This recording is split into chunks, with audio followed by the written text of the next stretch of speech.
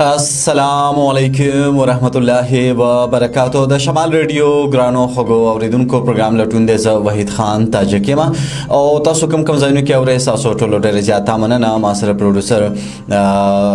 اظهار سالار سے اقبال حسین او تکنیکی مرستیال محمد اسماعیل او جواد احمد دی. ګرانو خوږو اوریدونکو خیبر پښتونخوا حکومت هم په صوبایي اسمبلی کې د 2021 ارب روپو بجټ د مالی کال 2026 لپاره وړاندې کړو. نن 2 بجې دغه اجلاس بللی شوی خو 15 بجې د صوبایي اسمبلی اجلاس شروع شو. وزیر اعلی خیبر پښتونخوا سهیل خان افریدي د صوبایي اسمبلی په دغه اجلاس کې د 2021 ارب روپو بجټ وړاندې کړو. د 2021 ارب روپو دغه بجټ د صوبایي اسمبلی اجلاس نه وړاندې صوبایي کابینې ته وړاندې شوی او صوبایي کابینې منظوري ورکړله او هغې نه وروستو بیا د صوبایي اسمبلی اجلاس راوبلل شوی و او په هغې کې دغه بجټ وړاندې شو. په دغه بجټ کې د خیبر پښتونخوا د وګړو دپاره د فعله بهبود دپاره د تعلیم لپاره صحت لپاره د سړکونو پلونو او داسې نورو منصوبو لپاره زراعت او د توانایي دپاره ډېر شی منصوبې چې کوم دی نو هغه شامل دي. د خیبر پښتونخوا حکومت دې بجټ ته خوشحال خیبر پښتونخوا نوم ورکړی دی او دا یې ویلي دي چې د تیر کال نه دې بجټ کې کافي اضافه شوې ده او دارنګې په دې کال کې به په ترقیاتي کارونو کې هم ډېر زیات کار کیږي. په ترقیاتي کارونو به دغه مد نه علاوه په تعلیم کې په صحت کې هم دا ځل په بجټ کې کافي حد پورې اضافه شوې ده. ګرانو خوږو اوریدونکو په دې بجټ کې د ټولو نه اولنۍ خبره دا جوړیږي چې د تعلیم لپاره څومره روپۍ اخیستې شوي دي. وزیر اعلی خیبر پښتونخوا خپل بجټ اجلاس کې دا ویلي دي چې د تعلیم لپاره 363 ارب روپۍ مجموعي طور د تعلیم لپاره ایستل شوي دي چې په دغه کې 11 ارب روپۍ د یونیورسټیانو دپاره، په دغه کې به 14 نوي کالجونه هم جوړیږي او دغه رنګې پرایمري سکولونه به پکې هم جوړیږي چې پکې په زم اضلاع کې به هم پرایمري سکولونه جوړیږي. وزیر اعلی انیشیټیو هم اوچته کړی ده او دا یې ویلي دي چې هغه ماشومان چې هغه سکولونو ته نه راځي نو 5 ارب روپۍ به په دغې باندې خرچ کولی کېږي او ماشومان به چې کوم دنو سکولونو ته راوستلی کېږي او داخله مهم کې به اضافه کولی کېږي. هغه ماشومان چې سکولونو نه بار دي نو په دغه 5 ارب روپۍ خرچې سره به هغه ماشومان سکولونو ته راوستل کېږي. د دغې نه علاوه صحت په مد کې 280 ارب روپۍ چې کوم دنو هغه صوبایي اسمبلی په دغه بجټ اجلاس کې وزیر اعلی خیبر پښتونخوا ویلي دي چې منظوري شوي دي. په دغه 280 ارب روپو کې چې کوم د صحت لپاره منظوري شوي دي 50 ارب روپۍ به صحت کارت ته ورکولی کېږي او دارنګې صحت کارت په هغه کې هم اضافه شوی دی او دا ویلی شوي دي چې په لکونو خلک به په دې کال کې هم د صحت کارت د دغه سهولیاتو نه مستفیض شي. دې نه علاوه د ریسکیو نوي سنټرونه به هم په ټولو تحصیلونو کې جوړولی کېږي او ریسکیو دپاره هم په بجټ کې 2 ارب روپۍ چې کوم دي نو هغه منظوري شوي دي. د مفتو کتابونو لپاره هم په دې بجټ کې 8.5 ارب او 50 کروڑ روپۍ منظوري شوي دي چې په دې باندې د سکول ماشومانو ته مفت کتابونه ملاویږي. د زم اضلاع لپاره هم سکم 15 ارب روپۍ په خیبر پښتونخوا په بجټ 2026 کې منظوري شوي دي او صوبایي حکومت دا دعوه کوي چې په سیاحت په مد کې به هم د 21 ارب روپو چې کم دی نو 12 ارب روپو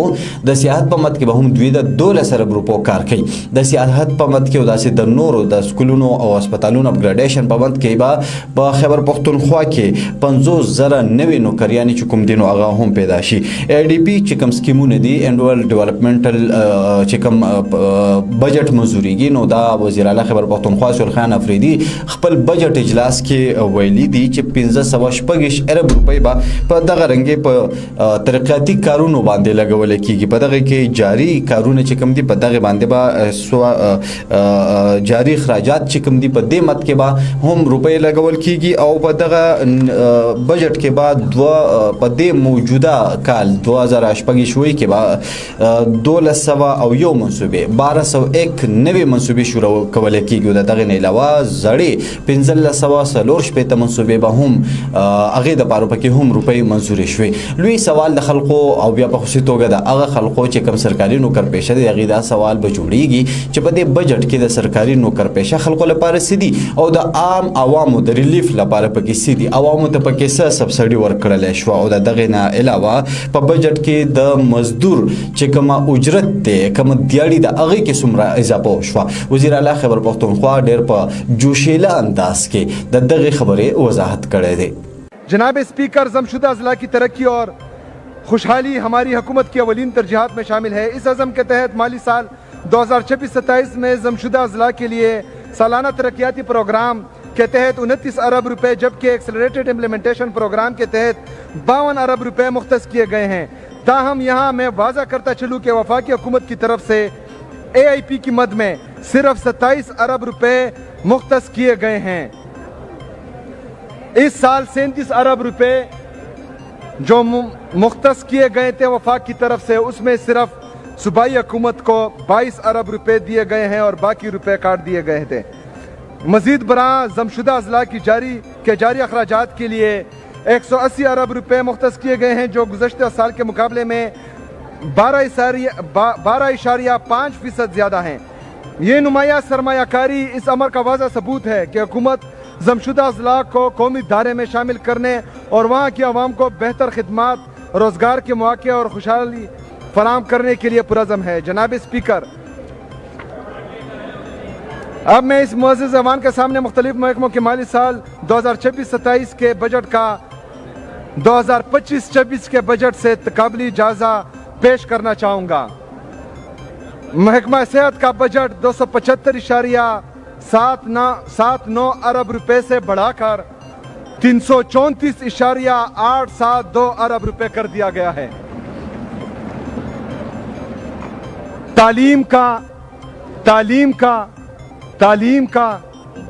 تعلیم کا مجموعی بجٹ 419.739 ارب روپے سے بڑھا کر 468.379 ارب روپے کر دیا گیا ہے۔ محکمہ پولیس کا بجٹ 164.522 ارب روپے سے بڑھا کر 191.393 ارب روپے کر دیا گیا ہے۔ محکمہ ہوم اور ٹرائبل افیئرز کا بجٹ 15.154 ارب روپے سے بڑھا کر 29.679 ارب روپے کر دیا گیا ہے۔ لوکل گورنمنٹ کا بجٹ 56.217 ارب روپے سے بڑھا کر 90.473 ارب روپے کر دیا گیا ہے۔ محکمہ زکوٰۃ کا بجٹ 19.113 ارب سے بڑھا کر 28.254 ارب روپے کر دیا گیا ہے۔ محکمہ ٹرانسپورٹ کا بجٹ 10.102 ارب سے بڑھا کر 14.577 ارب روپے کر دیا گیا ہے۔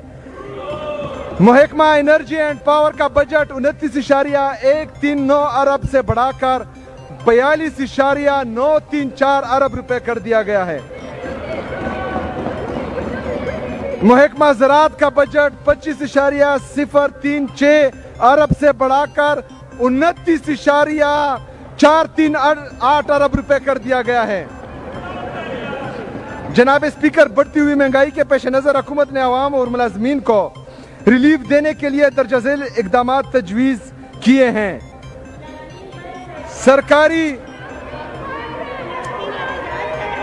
سرکاری ملازمین کی تنخواہوں میں 7% اضافے کی تجویز ہے۔ مزید برآں ایڈہاک ریلیف 2022 اور ایڈہاک ریلیف 2025 کو بنیادی تنخواہ میں ضم کرنے کی بھی تجویز پیش کی جا رہی ہے۔ پینشن میں بھی 7% اضافے کی تجویز ہے۔ کنوینس الاؤنس میں 50% اضافے کی تجویز ہے۔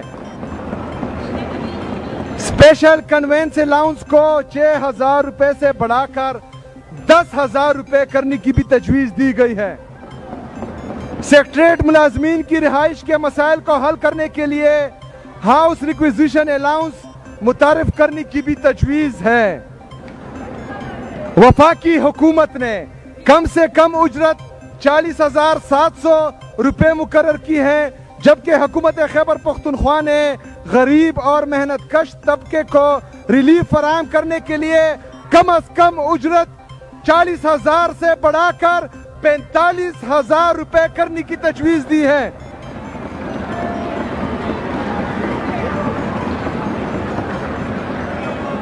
دا وزیر اعلی خیبر پختونخوا سہیل خان افریدي صاحب چې تاسو خبرې واوریدلې چې د مزدور چې کوم ماهانه اجرت دی نو هغه د 40,000 نه ورسېدو 15,000 ته. دارنګې په پنشن کې هم د اضافي تجویز دی، په سرکاري نوکرانو په تنخواګانو کې هم د اضافي تجویز دی او تفصیلا دا خبرې تاسو اورېدلې. لوی سوال دا هم جوړیږي د دې نه وروستو چې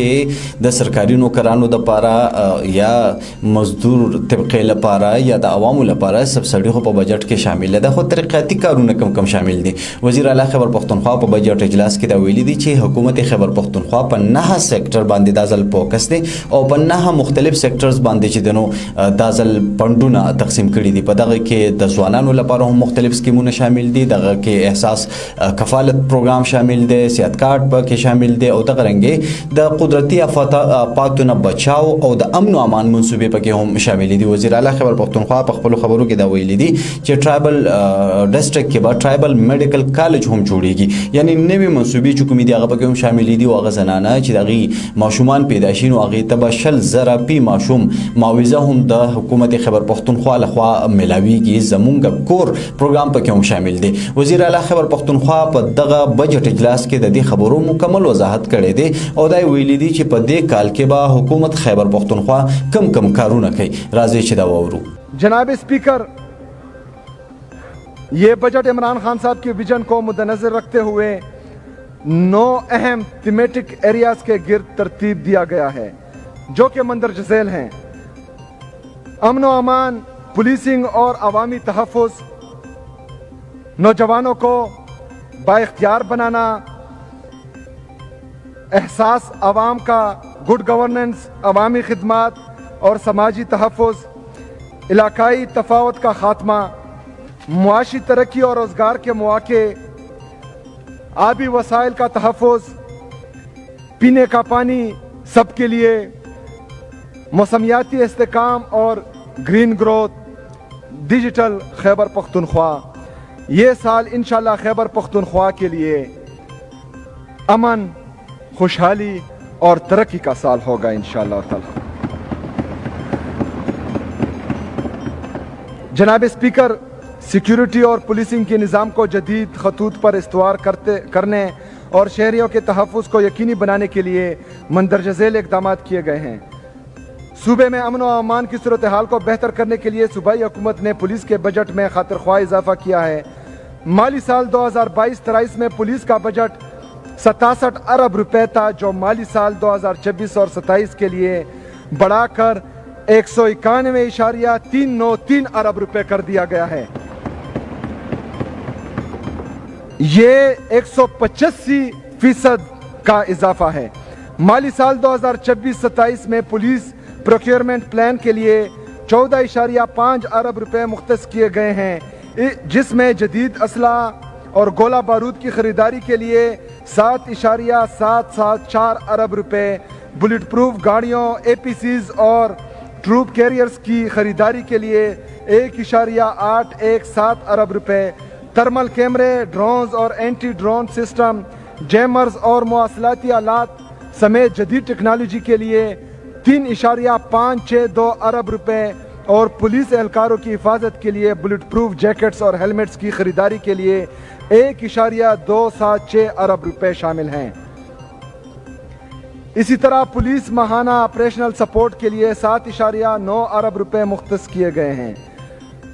ڈسٹرکٹ اپر اور لوور ساؤتھ وزیرستان، اورکزئی اور کرم کے لیے جدید سیف سٹی کے قیام کے لیے 1.78 ارب روپے، جبکہ ڈسٹرکٹ خیبر مومند باجوڑ کے لیے 1.6 ارب روپے مختص کیے گئے ہیں. ڈرون ٹیکنالوجی کی مدد سے پولیسنگ اور پیٹرولنگ کی نظام متعارف کرانے کے لیے 1 ارب کی لاگت سے کا منصوبہ شروع کیا جا رہا ہے.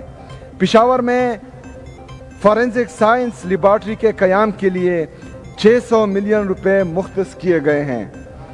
جناب اسپیکر، حکومت نے نوجوانوں کو بااختیار بنانے، ان کے لیے روزگار کے مواقع بڑھانے، ہنرمندی کے فروغ اور کھیلوں اور کاروباری سرگرمیوں کی سہولت کے لیے جامع پیکج تشکیل دیا ہے، جس کی تفصیل درج ذیل ہیں. پبلک سیکٹر یونیورسٹیز کے لیے گرانٹ ان ایڈ کی مد میں رواں مالی سال میں 10 ارب روپے مختص ہیں، جو آئندہ مالی سال کے لیے بڑھا کر 846 अरब रुपए कर दिए गए हैं। 14 नए गवर्नमेंट कॉलेजेस की तामीर के लिए 362 मिलियन मुख्तस किए गए हैं। इसी तरह आइंदा माली साल के बजट में नौजवानों के लिए 1.5 अरब रुपए की लागत से इंटर्नशिप प्रोग्राम शुरू किया जा रहा है। मुमंद और अपर साउथ वजीरिस्तान में डिस्ट्रिक्ट स्पोर्ट्स कम्प्लेक्सेस की तामीर का मंसूबा भी शामिल है। हज़ारा डिवीज़न में 8 तहसील प्ले ग्राउंड्स के क़याम के प्रोग्राम के लिए 150 मिलियन रुपए मुख्तस हैं। Khyber institute of applied and modern sciences के नाम से जदीद तालीमी इदारे के क़याम का मंसूबा शामिल है, जिसकी लागत 5 अरब रुपए हैं। मॉडल कॉलेजेस में तलबा को डिजिटल महारतों से लेस करने के मंसूबे के लिए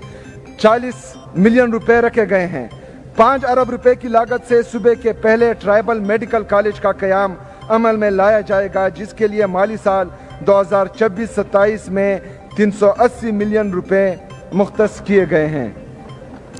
नौजवानों में स्पोर्ट्स टैलेंट बढ़ाने के लिए गुड गवर्नेंस रोड मैप के तहत 110 मिलियन रुपए मुख्तस किए गए हैं। इसी तरह गुड गवर्नेंस रोड मैप के तहत ग्रेजुएट्स के लिए रोजगार के हसूल को यकीनी बनाने के लिए और इनकी बैनुल-अक़वामी तालीमी इदारों में तालीम और रोजगार से मुतल्लिक राबता के फ़रोग़ के लिए 200 मिलियन रुपए मुख्तस किए गए हैं। यूनिवर्सिटी तलबा के लिए मार्कअप फ्री सब्सिडी की मद में 2 अरब मुख्तस किए गए हैं, जिसके तहत 40,000 तलबा को 5 लाख फी तालिब इल्म तक के हिसाब से रकम फराहम की जाएगी। माली साल 2026-27 में ज़रई ग्रेजुएट्स को मार्कअप फ्री कर्जा की फराहमी के लिए 225 मिलियन रुपए मुख्तस किए गए हैं। जनाब speaker, good governance service delivery में बेहतरी और समाजी तहफ़्फ़ुज़ के निज़ाम को मजबूत बनाने के लिए एहसास आवाम का प्रोग्राम के तहत मुतअद्दिद अहम इक़दामात तजवीज़ किए गए हैं, जो बुनियादी इंफ्रास्ट्रक्चर, शहरी सहूलियात, अवामी खिदमात और कमज़ोर तबक़ात की मुआवनत पर मुश्तमिल हैं। माली साल 2026-27 में गुड गवर्नेंस इक़दामात के लिए मजमूई तौर पर 19.3 अरब रुपए मुख्तस हैं। ये सरमायाकारी अवामी खिदमात की फराहमी में बेहतरी, शफाफियत, डिजिटलाइजेशन, इदारा जाती इस्लाहात और मौसर हुक्मरानी के फ़रोग़ में अहम किरदार अदा करेगी।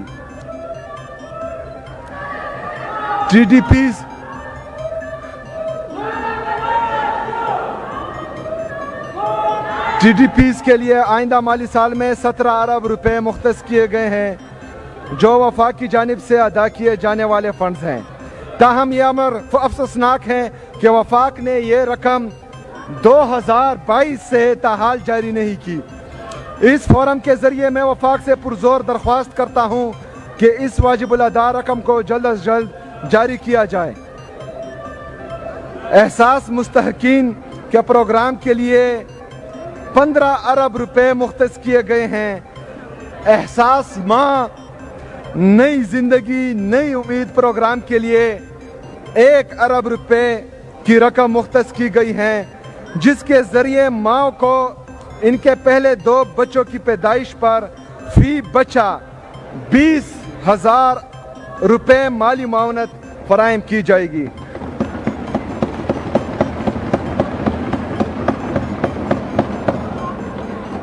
खसूसी तलबा के स्कूलों की बेहतरी के प्रोग्राम के लिए 100 मिलियन रुपए रखे गए हैं। माजूर अफराद और बेवा खवातीन के लिए मार्कअप फ्री कारोबारी कर्जों का प्रोग्राम भी शामिल है, जिसके लिए 230 मिलियन रुपए मुख्तस हैं। 1.1 अरब रुपए की लागत से 5 अदद ज़मून कोर कम्प्लेक्सेस तामीर किए जाएंगे।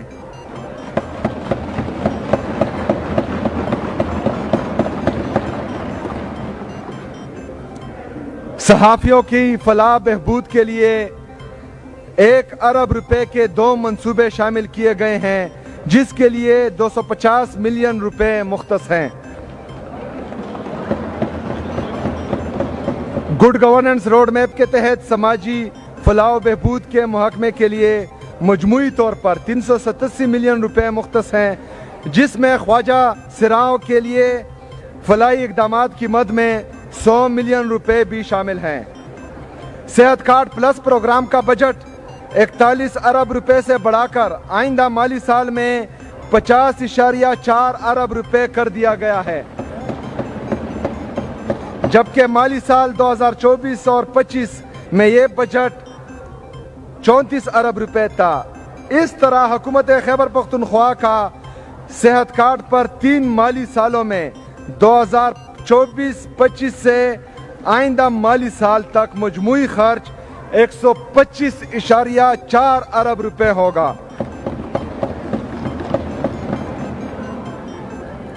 सरकारी अस्पतालों में अद्वियात की फराहमी के लिए मुख्तस फंड 11.943 अरब रुपए से बढ़ाकर 14.263 अरब रुपए कर दिया गया है। अस्पतालों की इंतज़ामी बेहतरी के निज़ाम को मज़ीद 72 अस्पतालों तक तोसी दी जा रही है, ताकि खिदमात की फराहमी को मज़ीद मुअस्सर, शफाफ और कारकर्दगी पर मुबनी बनाया जा सके। 2819 डॉक्टर्स, डेंटल सर्जन्स और नर्सेस की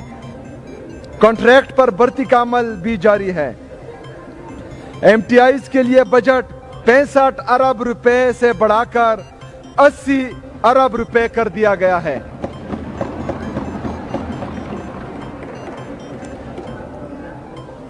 कैटेगरी डी अस्पताल जमरोद की टीचिंग अस्पताल में अपग्रेडेशन 9.9 अरब रुपए की लागत से की जाएगी। कैटेगरी पेशावर में नए जनरल अस्पताल की तामीर के लिए 4 अरब रुपए का मंसूबा शामिल किया गया है, जिसके लिए 270 मिलियन रुपए मुख्तस हैं। कैंसर के मरीजों के मुफ्त इलाज के लिए 200 मिलियन रुपए रखे गए हैं। फंक्शनल BHUs और RHCs की रिवैम्पिंग के लिए 11 अरब रुपए की लागत के 4 मंसूबे शुरू किए जा रहे हैं, जिसके लिए 825 मिलियन रुपए मुख्तस किए गए हैं। गुड गवर्नेंस रोड मैप के तहत सेहत के शोबे में मुख्तलिफ इकदामात के लिए मजमूई तौर पर 1.355 अरब रुपए मुख्तस किए गए हैं। دا وزیر اعلی خیبر پختونخوا سهیل خان افریدي صاحب چې تاسو خبر اوریدلې چې وایي چې خیبر پختونخوا حکومت د ځل په دغه نه سېکټرز کې به خصوصي توجه ورکوي، د دغه لپاره په خصوصي توګه پیسې منزوري شوي دي. ډېره ښه خبره دا ده چې سیاحت په مد کې 12 ارب روپۍ د سیاحت دپاره 12 ارب روپۍ چې کوم دي نو هغه منزوري شوي دي چې دا په خیبر پختونخوا په مختلف اضلاع کې سیاحت ته وده ورکولو لپاره کارول کیږي، او د دې سره به د روزګار نوې مواقع هم پیدا کیږي. دغه رنګ سکولونه کالجونه هم جوړول کیږي چې په هغې کې به نوې نوکریانې راځي، او خیبر پختونخوا حکومت به کنټریکټ بیس باندې دغه برتیانې کوي، او په دغه طریقې سره به نوکریانې چې کوم دنو هم میلاو شي. خیبر پختونخوا کې به د 15,560 ارب روپو ترقیاتي کارونه چې کوم دنو هغه کیږي، او خیبر پختونخوا حکومت دا دعوه کوي چې په دې کال کې به انفراستراکچر مد کې هم کافی حد پورې چې دنو ترقیاتي کارونه شامل دي چې دا په دې کال کې کیږي. जनाब स्पीकर, सूबे के कुल अखराजात जारिया का खुलासा दर्ज झैल हैं। बंदोबस्ती अजला 1465.708 अरब रुपए, जमशुदा अजला 180 अरब रुपए, कुल मीज़ान 1645.708 अरब रुपए। जनाब स्पीकर, अब मैं तरक्याती बजट की तरफ आता हूँ। माली साल 2025-26 में सूबाई सालाना तरक्याती प्रोग्राम की मद में 195 अरब रुपए मुख्तस थे, ताहम हुकूमत मुख्तस बजट से बढ़कर अब तक कुल 228 अरब रुपए जारी कर चुकी है। अब मैं इस मुअज़्ज़ज़ ऐवान को तरक्याती अखराजात की तफसील से आगाह करूँगा, जिसकी मद में 524.292 अरब रुपए मुख्तस किए गए हैं, जिनकी तफसील दर्ज झैल हैं। सूबाई सालाना तरक्याती प्रोग्राम 235 अरब रुपए, ज़िलई सालाना तरक्याती प्रोग्राम 47 अरब रुपए, जमशुदा अजला का सूबाई सालाना तरक्याती प्रोग्राम 29 अरब रुपए, जमशुदा अजला का ज़िलई सालाना तरक्याती प्रोग्राम 5.8 अरब रुपए, जमशुदा अजला के लिए तेज़ तर अमल दरामद प्रोग्राम AIP 52.284 अरब रुपए, बैरूनी मावनत से चलने वाले मनसूबे 150.02 अरब रुपए, वफाकी हुकूमत की इमदाद से चलने वाले तरक्याती मनसूबे 5.188 अरब रुपए, कुल मीज़ान 526.292 अरब रुपए।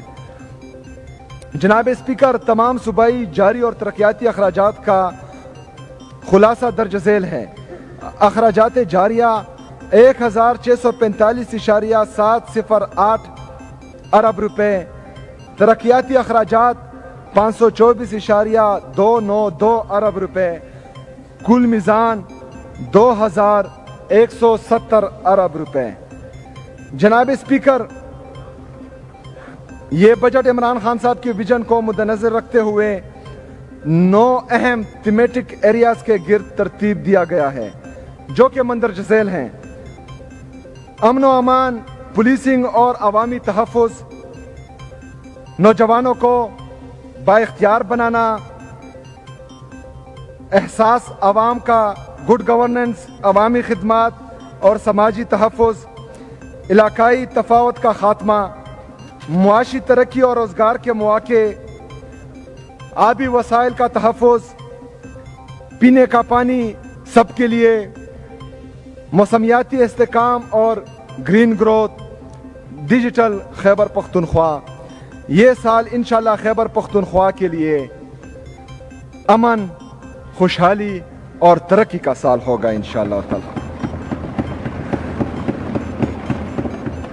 د خیبر پختونخوا په دې کال بجټ کې د زراعت لپاره یو کم 10 ارب روپۍ منظوري کړې دي، د توانایي د بجلی منصوبو لپاره 200 ارب روپۍ منظوري کړې دي، بلدیاتو لپاره 90 ارب روپۍ منظوري شوې دي چې په دغه سکولونو په دغه لارې کوڅې، نالۍ او PCC سړکونه یا پلونه وغیرہ جوړول کیږي. دغه نه علاوه داخله امور لپاره یو کم 10 ارب روپۍ منظوري کړې دي او ترانسپورت لپاره هم 14 ارب روپۍ منظوري کړې دي. خیبر پختونخوا وزیر اعلی سهیل خان افریدي خپل بجټ اجلاس کې دا هم ویل چې څومره هم ډویژنل هډ کوارټرز دي نو هغلته به حکومت خپل پبلک ترانسپورت شروع کوي او دغه لپاره 14 ارب روپۍ منظوري شوې دي. زکات لپاره هم 8 ارب روپۍ چې کوم دنو هغه منظوري شوې دي. د سولرایزیشن لپاره د قبایلی اضلاع او عوامو ته مفت کې سولر پلانټس ورکول کېږي، دغه لپاره هم روپۍ منظوري شوې دي. د جمعتونو د سولرایزیشن لپاره پکې هم د ازل روپۍ چې کوم دنو هغه منظوري شوې دي په دې بجټ کې. د دې نه علاوه په دې بجټ کې د خیبر پختونخوا چې کوم دازل وړاندې شوی دی نو د زم اضلاع لپاره پکې هم وزیر اعلی خیبر پختونخوا دا دعوه کوي چې خصوصي سکیمونه شامل دي. 15 ارب روپۍ د زم اضلاع لپاره خیبر پختونخوا لخوا به ورکول کېږي. یو 90 ارب روپۍ چې کوم دی وزیر اعلی خیبر پختونخوا دا وایي چې دا به د وفاق نه چې کوم د زم اضلاع ته ملاویږي او دارنګې زم اضلاع ته به 15 ارب روپۍ د صوبایي حکومت لخوا د ترقیاتي کارونو لپاره ملاویږي. په زم اضلاع کې به خیبر پختونخوا حکومت کم کارونه کوي. وزیر اعلی خیبر پختونخوا په دغه حوالے سره هم وضاحت وړاندې کړی دی. صوبے کے زم اور دیگر اضلاع میں 10 ارب کی لاگت سے 72 چیف منسٹر ماڈل سکولز کا قیام عمل میں لایا جائے گا، جس کے لیے 1 ارب روپے مختص کیے گئے ہیں. زم اضلاع میں اسکولوں کی اپ گریڈیشن کے منصوبے کے لیے 182 ملین روپے رکھے گئے ہیں. انصاف فیمیل اینڈ آرفن ایجوکیشن کارڈ کے لیے 385 ملین کی رقم مختص کی گئی ہے. پشاور کی عظمت رفتہ کو بحال کرنے کے لیے اگلے مالی سال کے ترقیاتی بجٹ میں پشاور ریویٹلائزیشن پلان کے تحت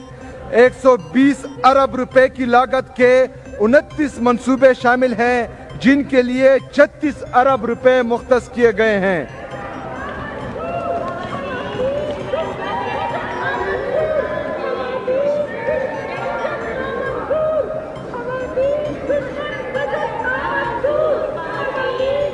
رنگ روڈ، GT روڈ، جی ٹی روڈ انٹرسیکشن پر لیول 2 فلائی اوور کی تعمیر کے لیے 7 ارب روپے مختص ہیں. رنگ روڈ پر مختلف جگہوں پر انڈر پاسز کی تعمیر کے لیے 4.8 ارب روپے مختص کیے گئے ہیں. پشاور میں نئے رنگ روڈ کی تعمیر کا منصوبہ بھی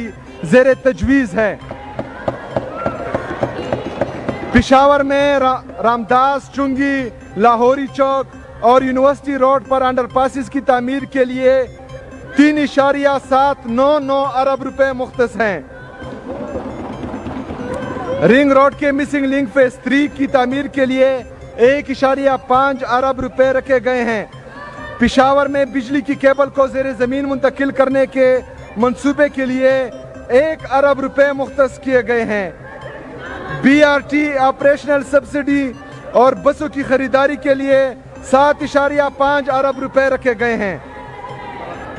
ڈویژنل ہیڈ کوارٹرز میں پبلک سیکٹر ٹرانسپورٹ کی بہتری کے لیے 2 ارب روپے مختص کیے گئے ہیں. خواتین کے لیے پنک بسز شامل ہیں. اس میں ڈویژنل ہیڈ کوارٹرز میں پبلک سیکٹر ٹرانسپورٹ کی بہتری کے لیے 2 ارب روپے مختص کیے گئے ہیں. ریسکیو سروسز کی تمام تحصیلوں میں توسیع کے لیے 2.2 ارب روپے کی لاگت کے 15 منصوبے شامل کیے گئے ہیں، جس کے لیے 755 ملین روپے مختص ہیں. گڈ گورننس روڈ میپ کے تحت مائننگ ریسکیو سروسز کے استحکام بڑھانے کے لیے 200 ملین روپے مختص کیے گئے ہیں. 22.2 ارب روپے کی گرانٹ لوکل کونسلز کے لیے مختص کیے گئے ہیں، جبکہ واٹر سپلائی اینڈ سینیٹیشن کمپنیز اور واٹر اینڈ سینیٹیشن سروسز پشاور کے لیے 6.6 ارب روپے بطور گرانٹ مختص کیے گئے ہیں. جناب اسپیکر، اس میں کسی ٹبر کے بڑے کا نام نہیں ہے. جناب اسپیکر، صوبائی حکومت اضلاع کی سطح پر تفویض شدہ محکمہ کو ان کی تمام ضروریات کو پورا کرنے کے لیے فنڈز فراہم کر رہی ہے. موجودہ مالی سال کے دوران ضلعی اور تحصیل سطح پر تفویض شدہ محکموں کی اخراجات کی مد میں 343 ارب روپے جاری کیے گئے ہیں. جناب اسپیکر، صوبے کے پسماندہ اور دور افتادہ علاقوں میں ترقیاتی خلا کو کم کرنے، معاشی مواقع بڑھانے اور سماجی و اقتصادی بہتری کے لیے متعدد اہم منصوبے شامل کیے گئے ہیں. صوبے کی تاریخ میں پہلی مرتبہ ہزارہ کی عوام کی محرومیوں کا ازالہ کرنے کے لیے 200 ارب روپے کی لاگت سے خوشحال ہزارہ پروگرام کے تحت 119 منصوبے شامل کیے گئے ہیں، جس کے لیے 4.2 ارب روپے مختص ہیں. اپر چترال کی تاریخ میں پہلی دفعہ 5 ارب کی لاگت کا انفراسٹرکچر ڈیولپمنٹ پیکج دیا جا رہا ہے، جس کے لیے 200 ملین روپے رکھے گئے ہیں. ضم شدہ اضلاع اور سب ڈویژنز میں روخانہ قبائل انٹیگریٹڈ ڈیولپمنٹ پیکج کے تحت 31.5 ارب کی لاگت کے منصوبے شامل کیے گئے ہیں. ضم شدہ علاقوں کے لیے جامع ترقیاتی پیکجز کے پروگرام کے لیے 235 ملین روپے مختص کیے گئے ہیں. ضم شدہ اضلاع میں احساس نوجوان پروگرام کے لیے 200 ملین روپے مختص کیے گئے ہیں. ہنگو، لکی مروت، کوہاٹ، ہری پور، سوابی اور کرک میں علاقائی ترقی کے 11 منصوبوں کے لیے مجموع ارب روپے مختص کیے گئے ہیں. دا وزیر اعلی خیبر پختونخوا سہیل خان افریدی صاحب چې تاسو خبرې اترې اورئ نن په بجټ اجلاس کې د بجټ په حوالې سره تقریر وکړو او ټول د بجټ مندرجات یې صوبایي اسمبلی ته وړاندې کړل او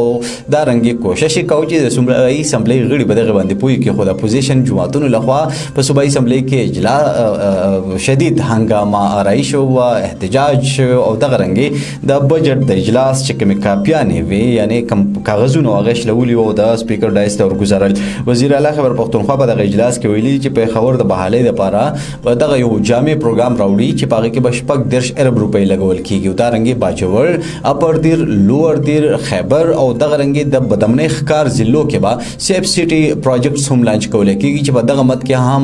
15 ارب نه زیاتې روپۍ د ټولو ضلعو لپاره منظور کړی شوي دي. خوشحال پروګرام لپاره 4 ارب او احساس مستحق پروګرام لپاره هم 15 ارب روپۍ منظوري شوي دي. په اولینی ځل خیبر پختونخوا پولیسو ته په ډیر زیات بجټ چې کوم دی نو هغه الوکیټ کړی شو 191 ارب روپۍ به خیبر پختونخوا پولیسو ته د امن و امان او د انفراستراکچر د بهترۍ لپاره چې کوم دی نو هغه ملاویږي. وزیر اعلی خیبر پختونخوا ویلي دي چې دا 185% اضافه ده چې دا د خیبر پختونخوا د پولیسو په بجټ کې په دا ځل باندې وکړی شوه. خیبر پختونخوا حکومت په دې بجټ کې په صحت باندې او تعلیم باندې هم مرکزی توجه ورکړې ده، خو داسې ښکاري چې په امن و امان په حق له هم سنجیده دی او پولیسو ته د جدید اسلحې ورکولو دپاره هم خاطرخواه رقم په دې بجټ کې منظور کړی دی. دغې نه علاوه انفراستراکچر او فلاحي منصوبې هم په دې بجټ کې شاملې دي.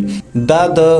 2122 ارب روپو چې کوم دی نو مکمل بجټ وړاندې شوی دی. دا 2122 ارب روپۍ به خیبر پختونخوا حکومت په خیبر پختونخوا کې خرچه کوي، دا به لګوي، خو دا 2122 ارب روپۍ به خیبر پختونخوا حکومت په څه باندې لګوي. وزیر اعلی خیبر پختونخوا صوبائی اسمبلی په اجلاس کې دا هم ویلي دي. جناب اسپیکر، یہ بات بھی قابل ذکر ہے کہ وفاقی حکومت نے وعدوں کے برعکس سالانہ 100 ارب روپے کی AIP گرانٹ فراہم کرنے کے بجائے وفاقی بجٹ میں صرف 27 ارب روپے مختص کیے ہیں، جو ایک نمایاں کمی اور وعدہ خلافی کے مترادف ہیں. جناب اسپیکر، اب میں اس معزز ایوان کو مالی سال 2026-27 کے اخراجات کا تخمینہ پیش کروں گا، جس میں اخراجات جاریہ اور ترقیاتی اخراجات شامل ہیں. جناب اسپیکر، مالی سال 2026-27 میں بندوبستی اضلاع کے لیے جاری اخراجات کا کل تخمینہ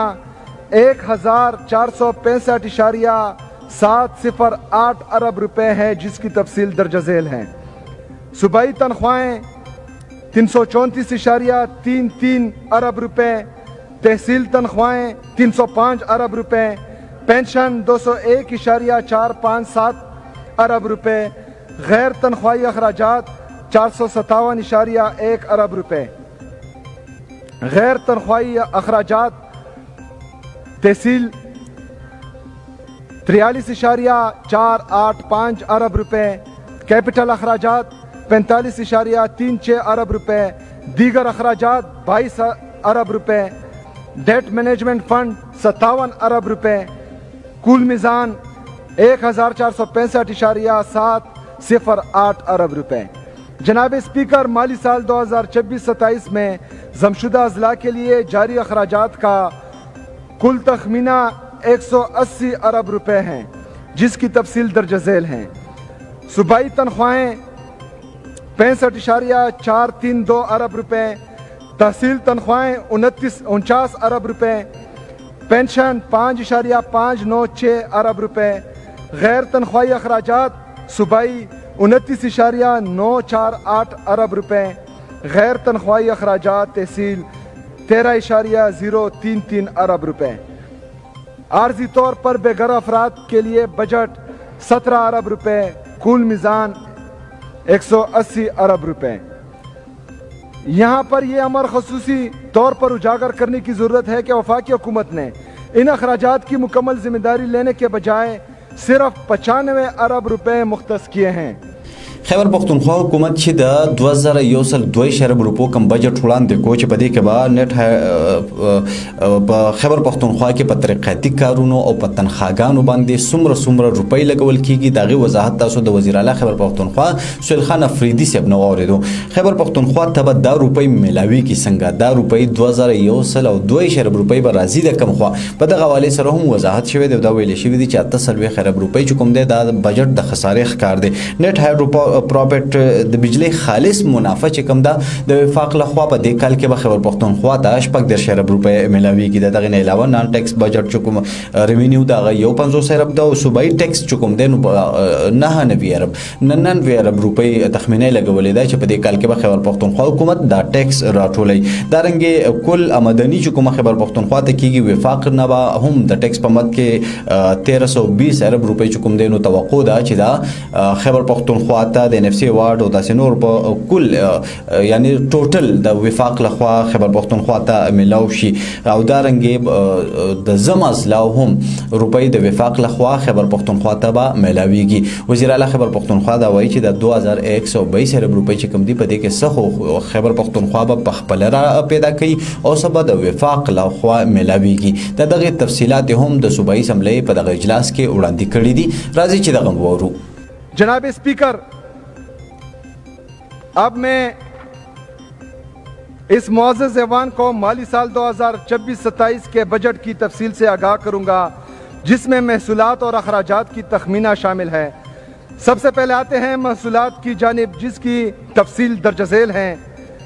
وفاقی ٹیکس محصولات 1240.674 ارب روپے. دہشت گردی کے خلاف جنگ کے لیے قابل تقسیم 1% حصہ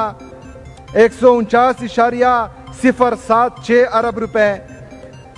تیل و گیس پر سرچارج کی مد میں براہ راست منتقلی 53.597 ارب روپے. ونڈ فال لیوی آن آئل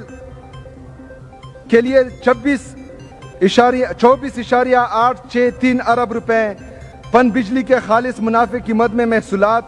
38.28 ارب روپے. پن بجلی کے خالص منافع کی مد میں محصولات 78.45 ارب روپے.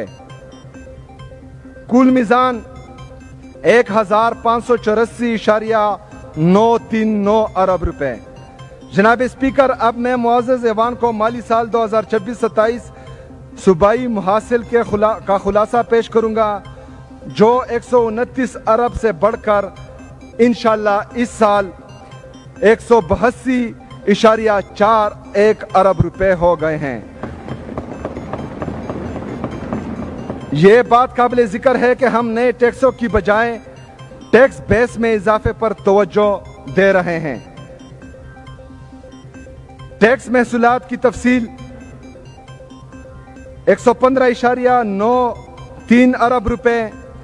نان ٹیکس محصولات کی تفصیل 66.648 ارب روپے. کل میزان 182.41 ارب روپے. جناب اسپیکر، اب میں اس معزز ایوان کو وفاقی حکومت سے ضم اضلاع کے لیے ملنے والی رقم کی تفصیل سے آگاہ کروں گا. اخراجات جاریہ گرانٹ 95 ارب روپے. سالانہ ترقیاتی پروگرام 29 ارب روپے. AIP پروگرام 52.284 ارب روپے. عارضی طور پر بے گھر افراد کے لیے 17 ارب روپے. ڈسٹرکٹ ADP کے لیے 5.8 ارب روپے. کل میزان 199.084 ارب روپے. جناب اسپیکر، بیرونی امداد سے چلنے والے منصوبوں کے محصولات بھی ہمارے بجٹ کا اہم حصہ ہے. محصولات کی تفصیل: بیرونی امداد سے چلنے والے منصوبے 150.202 ارب روپے. کل میزان 150.02 ارب روپے. جناب اسپیکر، وفاقی حکومت کی جانب سے ترقیاتی اور غیر ترقیاتی گرانٹس کی تفصیل درج ذیل ہیں. وفاقی حکومت کی امداد سے چلنے والے ترقیاتی اور غیر ترقیاتی منصوبے 5.188 ارب روپے. کل میزان 5.188 ارب روپے. جناب اسپیکر، اب میں اس معزز ایوان کے سامنے تمام محصولات کا خلاصہ پیش کرتا ہوں. وفاقی محصولات 1584.939 ارب روپے. صوبائی محصولات 182.41 ارب روپے. دیگر محصولات 0.359 ارب روپے. ضم شدہ اضلاع کی مد میں محصولات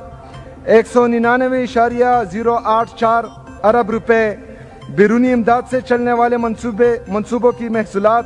150.02 ارب روپے. وفاقی حکومت کی امداد سے چلنے والے ترقیاتی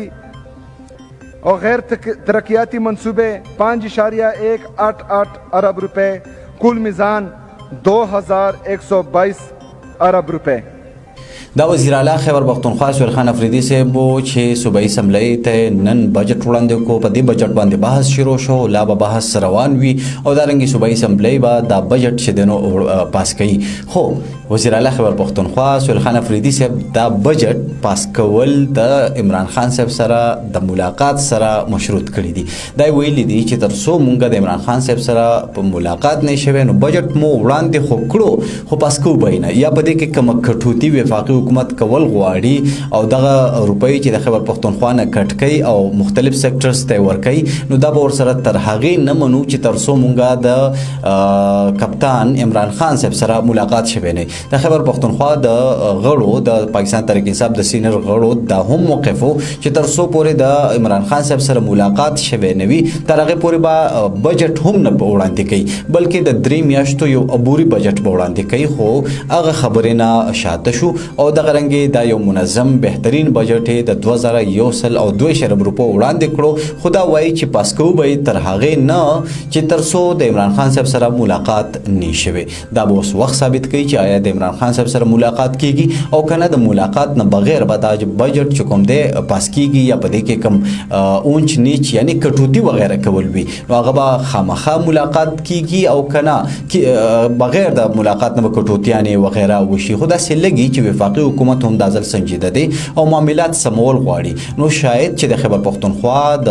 وزیر اعلی یا د پاکستان د تحریک انصاف د نورو غړو د را روان ورځو کې د عمران خان صاحب سره ملاقات وشي او دغه رنګې د هغه طرف نه هم د گو اهیډ یو میسج ملاو شي. دا یوازې خیبر پختونخوا حکومت بجټ نه دی وړاندې کړی بلکې خیبر پختونخوا د ټولو اخري صوبه شوه چې د ټولو په اخره کې بجټ وړاندې کړو. دې نه وړاندې صوبه سند، صوبه پنجاب او صوبه بلوچستان لخوا هم بجټ وړاندې کړی شوي دي. د صوبه پنجاب بجټ د ټولو نه سیوا دی، خو سیوا ځکه دی چې آبادي هم د ټولو نه سیوا ده. 12 کروڑ او 75 لاک نه سیوا د پنجاب آبادي ده. د دغې آبادۍ لپاره پنجاب حکومت 15,903 ارب روپو بجټ وړاندې کړی دی چې په دغه کې د ترقیاتي کارونو لپاره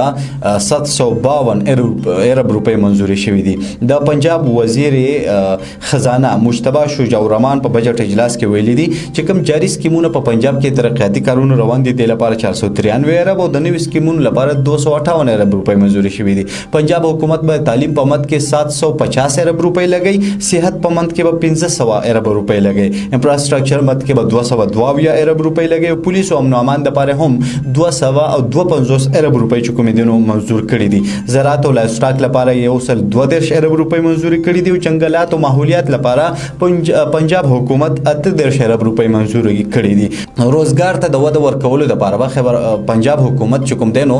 صنعتونو ته سبسډي ورکوي او نوې کارخانو جوړولو لپاره به په اسانو قسطونو باندې قرضې هم ورکوي، یعنی صنعتونو ته به وده ورکوي چې په دغه مد کې به 193 ارب روپۍ چې کوم دی نو پنجاب حکومت لګوي. د دغې نه به 29,400 نوکریانې د پنجاب وګړو ته میلاو شي. ثقافت او د پنکار مد کې هم 55 ارب روپۍ پنجاب حکومت منظوري کړي دي. دغه رنګې اپنا ګر سکیم، کسان کارت سکیم، ټریکټر سکیم، هنرهار سکالرشپ سکیم، 1 لاک طلبا لپاره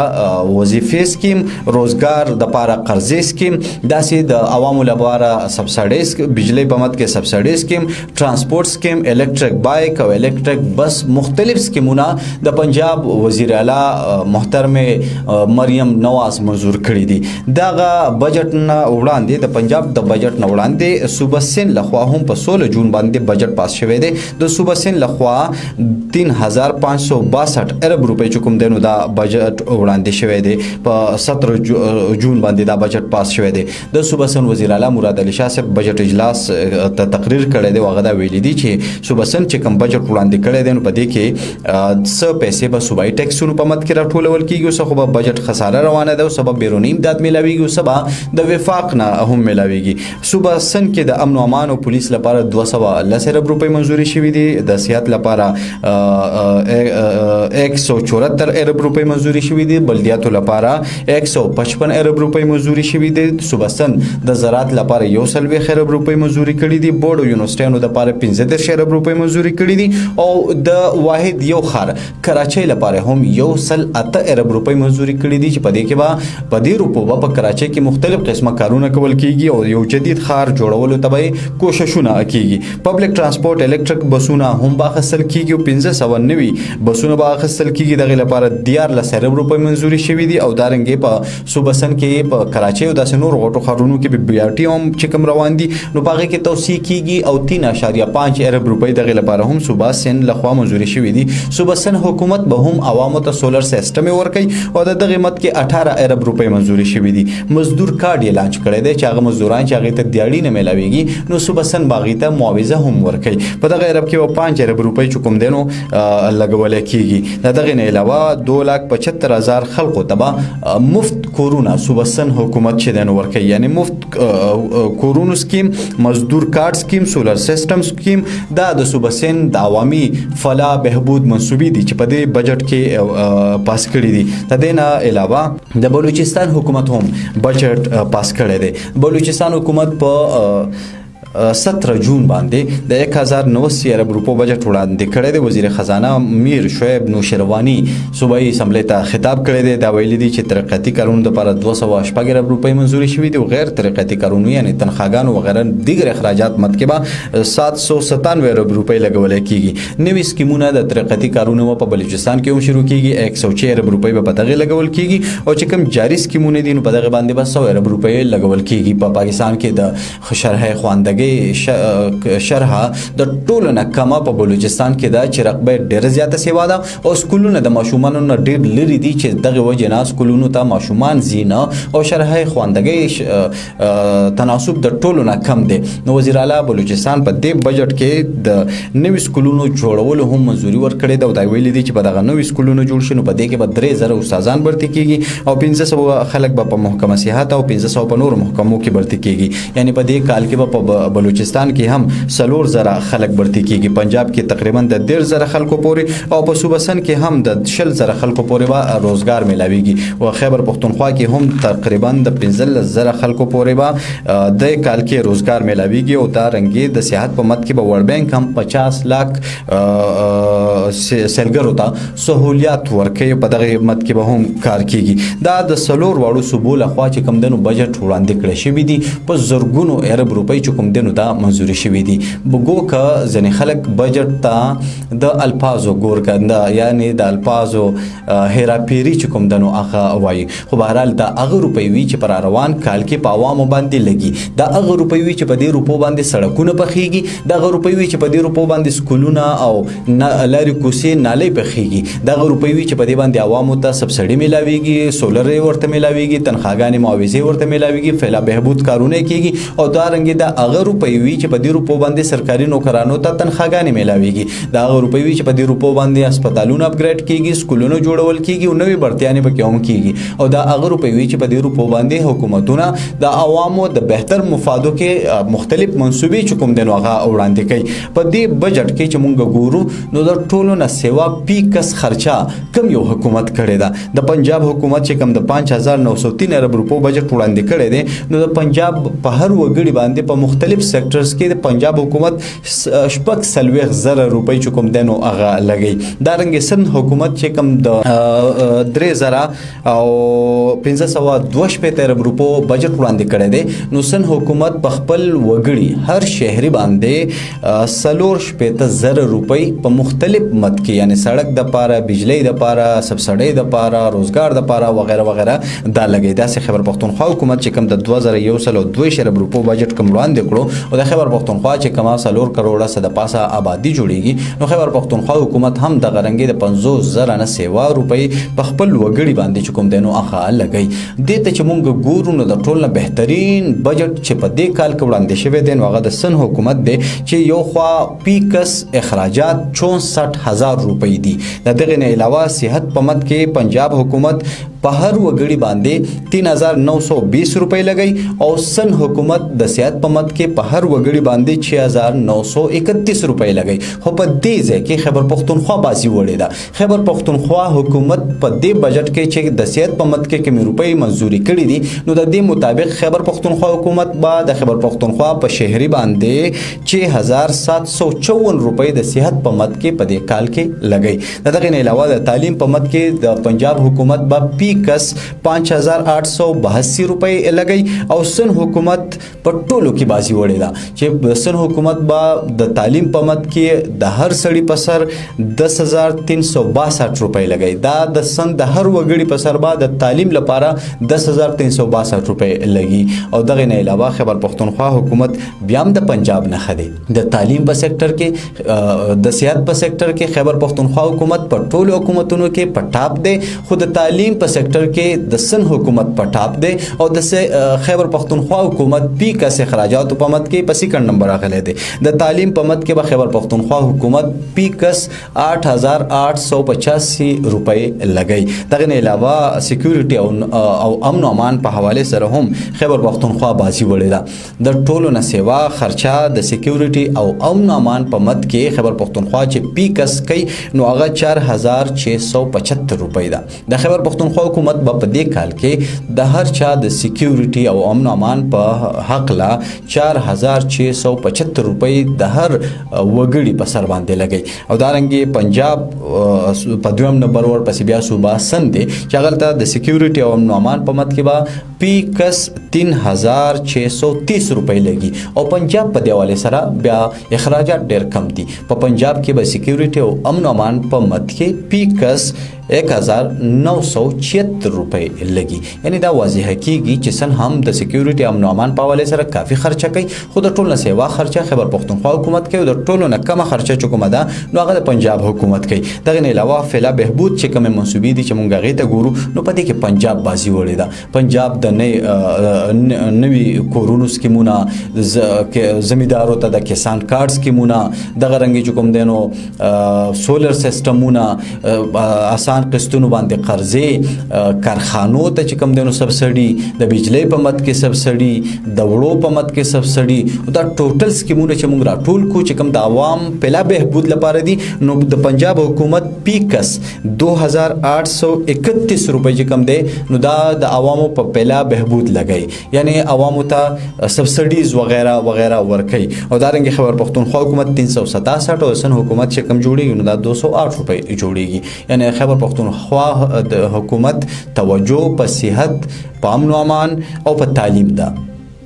د صوبسن توجه د دې بجټ نه دا واضح کیږي چې د صوبسن توجه په تعلیم په صحت او په سکیورټي ده او دا غرنګي د صوبه پنجاب توجه د تعلیم د صحت نه سیوا په فعلا او بهبود باندې ده خلکو ته سبسډي ورکولو باندې ده دا د بجټ د درې وړو صوبو ترمنځ فرق و چې ما تاسو په وړاندې کې خوستو ګرانو خبرېدونکو په دې حواله سره اوس مخکې نورې خبرې د دې فیلډ د ماهرینو سره کو مختلف تجزیه کار او د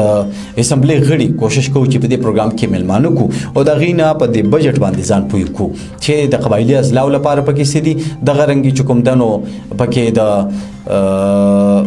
خیبر پختونخوا بندوبستی ازلا لپاره سدي او د امن او امان لپاره چې کوم خیبر پختونخوا 191 ارب روپۍ منزوري کړې دي نو آیا دا کافی دي کنه دا کمی دي د صحت او تعلیم په مد کې هم دا ښکاري چې کافی روپۍ منزوري شوی خو یا دا به ولګي هم کنه ځکه چې موږ لیدلې دي تیر کال چې دغه رنګې په بجټ کې روپۍ خو منزوري شي خو بیا لیپس شي بیا هغه په هغه ځای باندې و نه لګي کم ځای لپاره چې منزوري شوی د نور ډېر شمو دغه دي پروجیکټ دي چې خیبر پختونخوا حکومت منزوري کړي خو د ډېر شي پروجیکټ دي چې هغه لا باغې لپاره پیسې ریلیز نشوي دیر موټر وې شو دیر یونیورسيټي شو باجوړ کې اکونومیک زون خبره شو د ډېر شي منسوبې چې هغه تا حال د توجه منتظر دي چې څوک به دیتا توجه ورکي په دې خبره اترې کو په نن پروګرام لټون کې خو اوس وخت زموږ سره شوی دی د خبرونو نو خبرونه باورو هغه نه پس بیا یو کمرشل بریک وي او بیا چې راځو نو ملمانه به راسره وي او دا غوي سره به خبرې کوو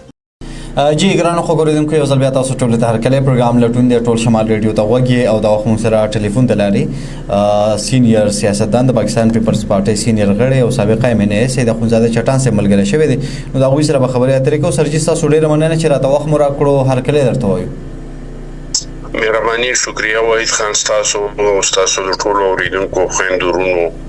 السلام علیکم وعلیکم السلام مهرباني سر چې کله هم بجټ وړاندې کیږي کې وفاقي حکومت بجټ وړاندې کوي یا صوبایي حکومتونه بجټ وړاندې کوي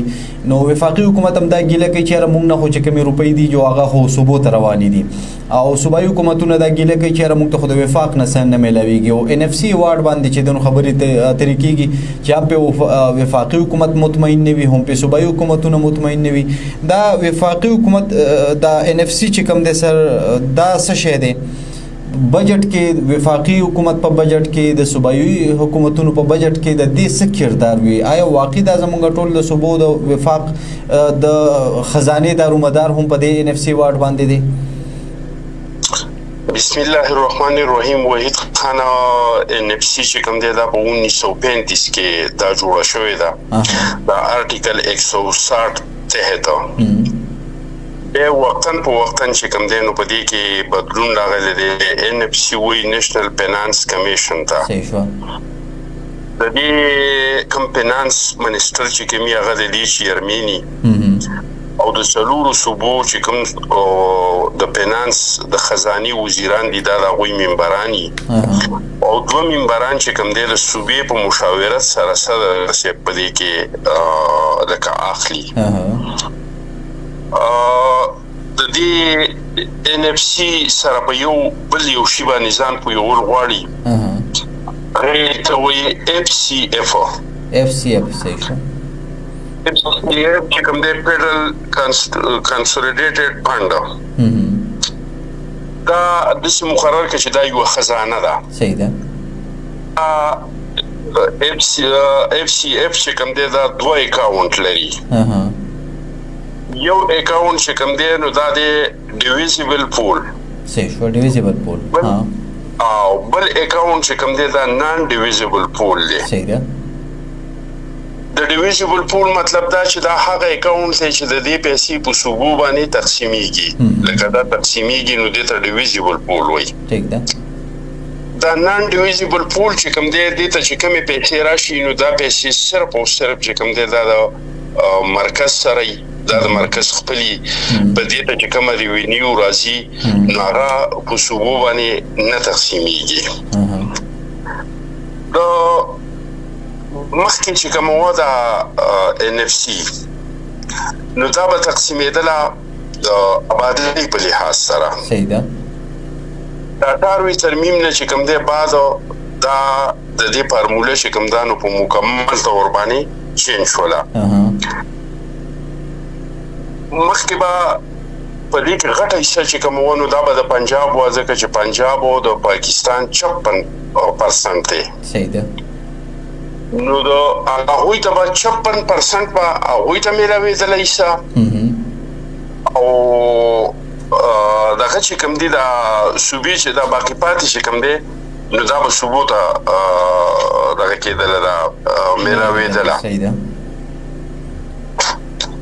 بیا په دې کې د مرکز چې کوم وو نو 57.5 دغه وه پکې حصه وه پکې او د صوبو چې کومه حصه وه په دې کې نو هغه 42.5 وه صحیح ده اوس دې کال چې زمونږ ټوټل کم NFC ده نو هغه 8,848 ده 8,000 عربو 848 روپۍ چې کوم دی دا زمونږ لکه په دې دا کوم چې زمونږ ډیویزیبل پول دی په دې کې ټولې پیسې چې کومې دي نو دا 8,000 صوبو ته چې کومې ایستلې دي لکه مرکز چې خپلې کټ کړي او صوبو ته کومې پاتې کېږي نو دا 8,848 عرب روپۍ چې کومې دی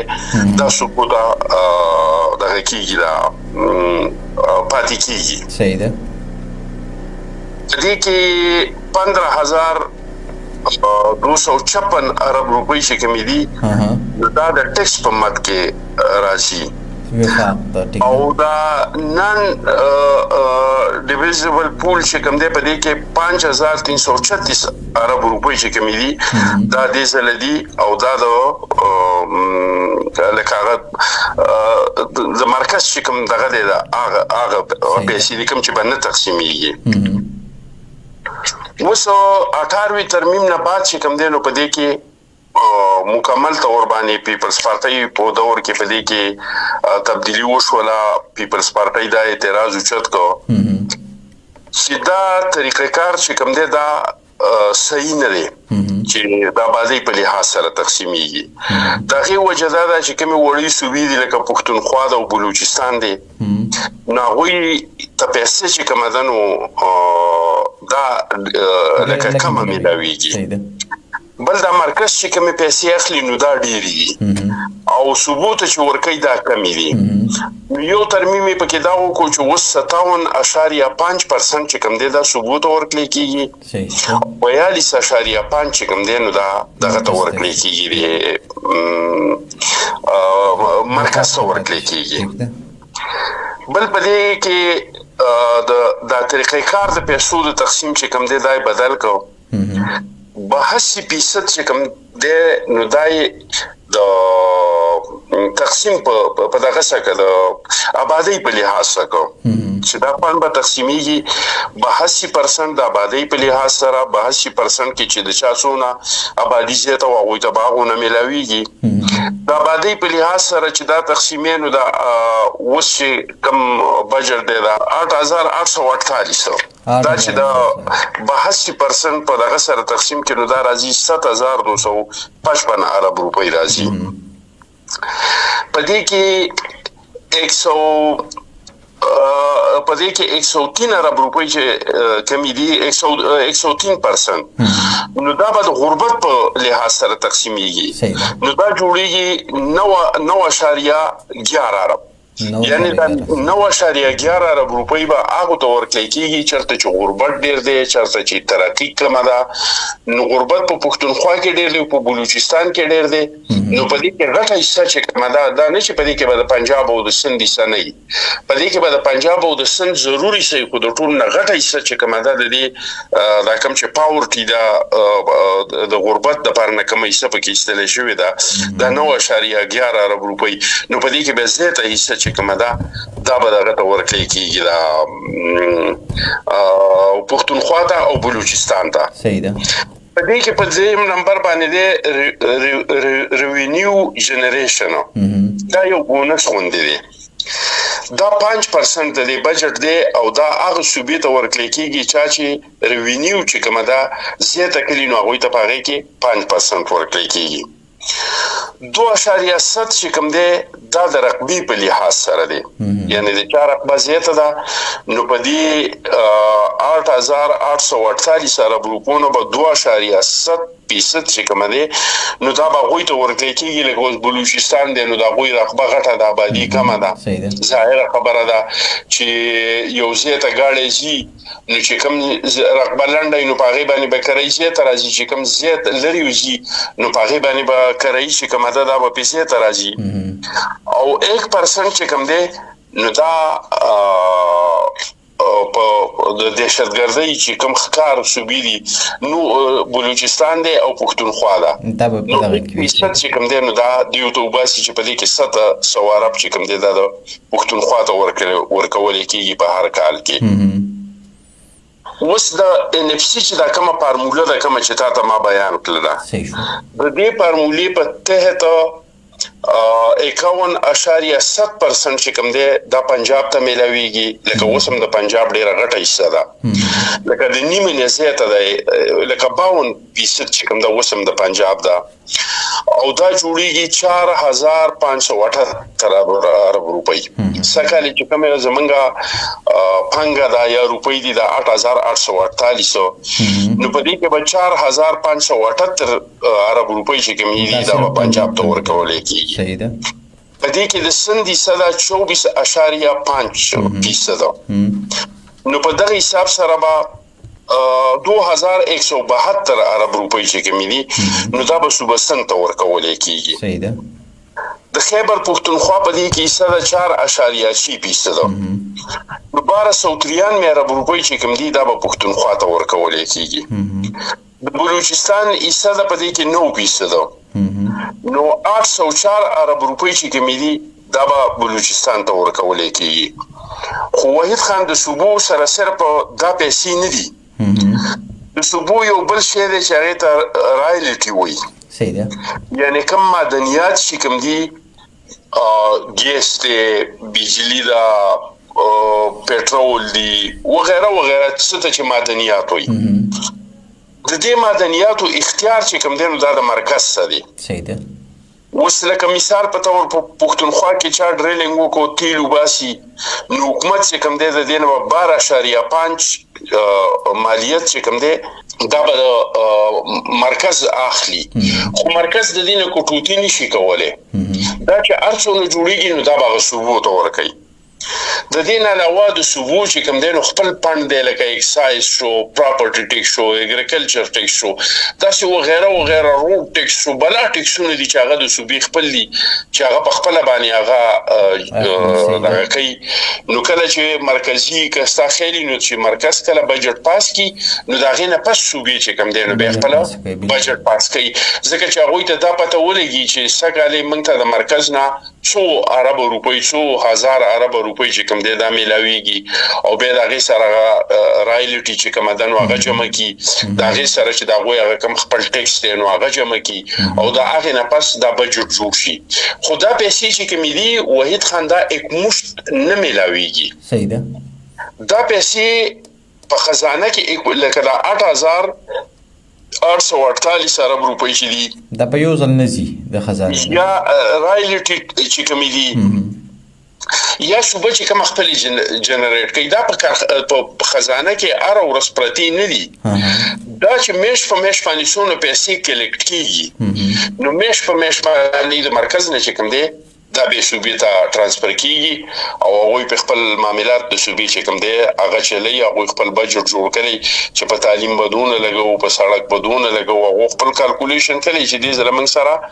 د دې بجټ نه د بل بجټ پورې دونه پیسې راتلونکي دي. دا پیسې به موږ په کم ځای کې لګو په کم طریقې کار باندې به لګو دی لبا ایجوکیشن لبا د څونه پیسې وباسو سړکونو لبا د کمی پیسې وباسو مختلف سېکټر کې به وي پلانینګ ډپارټمنټ چې کوم دی نو هغه پلانینګ کوي او هغه تقسیمي چې دومره پیسې چې کوم دی نو دا به د کار لپاره نو وباسو بیا هغه په ډیویژنو تقسیمیږي ډیویژن په ډیسټریکټو تقسیمي ډیسټریکټ کې به په تحصیلونو تقسیمي تحصیلونه په یونین کونسلو تقسیمي نو په دې طریقې کار سره چې کوم دی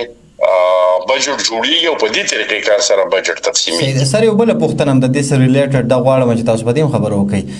دا اوس د وفاقي حکومت چې کوم بجټ وړاندې شو باغې کې دا خبره پډاګه شو چې 200 یا 800 ارب روپۍ کې مې دي نو دا د صوبو نه دوی کټوتی وکړه چې دا به تاسو لکه مې درکو خبر پښتونخوا هم 1.55 یا 1.95 ارب روپو کې دغه وکړو چې زه ټیک د دارا ته کمی راکې او دا خبري روانې دي چې دا چې کوم تاسو فارموله یاد کړل چې د 18 ترمیم د لاندې جوړه شوې ده نو چې اوس 18 ترمیم د وفاق باندې او بوج جوړ شوی دی په دې کې د ترمیم خبرې کیږي وخت په وخت چې دا بدلو نو 18 ترمیم کې په کم ځایونو کې وفاق غواړي چې بدلون کوي کمی خبرې بدلول غواړي.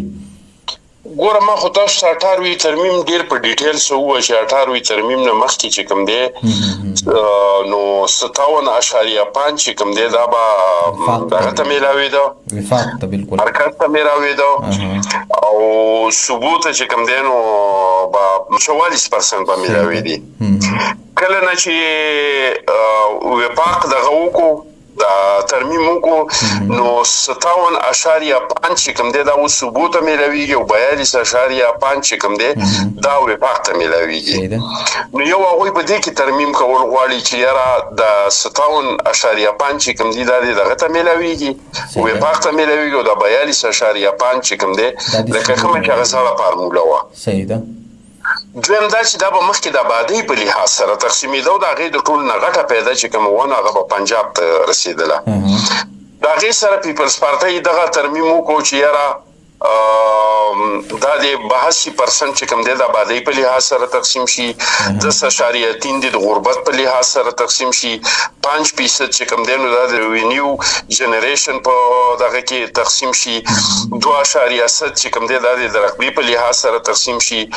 نو په دغه او دا 1% چې کوم دی نو دا کوم چې د دهشتګردۍ ښکار علاقې دي نو هغوی ته پکې دغه ورکړی شي چې هغوی په خپله سیکیورټي مضبوطه کړي نو دا فارموله چې کوم و په 18 18 ترمیم کې پیپلز پارټي وکړه چې په هغه کې د ټول نغټه پیدا شي کومه ده نو دا د وړو صوبو ته وتله کم چې غربت زیات دی دا وی سپاغې کې سیوا شولا به کوم چې د دهشتګردۍ ښکار دي دا وی چې کومه ده نو په هغه کې سیوا شولا نو هغه په دې کې بدلون کول غواړي تاسو به اوریدلو چې د بجټ نه مخکې دا خبرې کېدلې چې یاره 28 ترمیم به راځي هغه کې په 18 ترمیم کې ترامیم کېږي بل دا چې بنظیر انکم سپورټ پروګرام چې کوم دی نو دا به ختميږي او دا پیسې چې کومې دي دا د صوبو صوبې کو ورکوي کنه ورکوي دغه د صوبو بنظیر انکم سپورټ پروګرام دی صوبې چې لای د مرکز نشي نو ولنې خبره خدا چې هغه پیپلز پارټي لکه دا چې وفاق په خساره کې دی په تکلیف کې دی به موږ ته د ډیفنس ضرورت دی نو هغه 18 ترمیم کو چې نشو خو په دې سره فیصله وشوله چې صرف یو ځله هم په دې بجټ کې ځکه په عین کې ترمیم وشو به خو به هر کال دغه فارموله شي نو دا وشوله چې صوبو د خپل حصې نه 900 ارب روپۍ د مرکز د خسارې د پوره کولو د لپاره نه د قرضو پوره کولو د لپاره نه د ډیفنس د لپاره نه 900 ارب روپۍ کټوتی صوبو په خپل فند کې وکړه په خپل حصہ کې او دغه چې کوم دینو مرکز ته ورکړي بل بنظیر انکم سپورټ پروګرام چې کوم دی دا په پاکستان کې واحدانه پروګرام دی چې د دې په ټول دنیا کې صفاتونه کې تعریفونه کې یو د پاکستان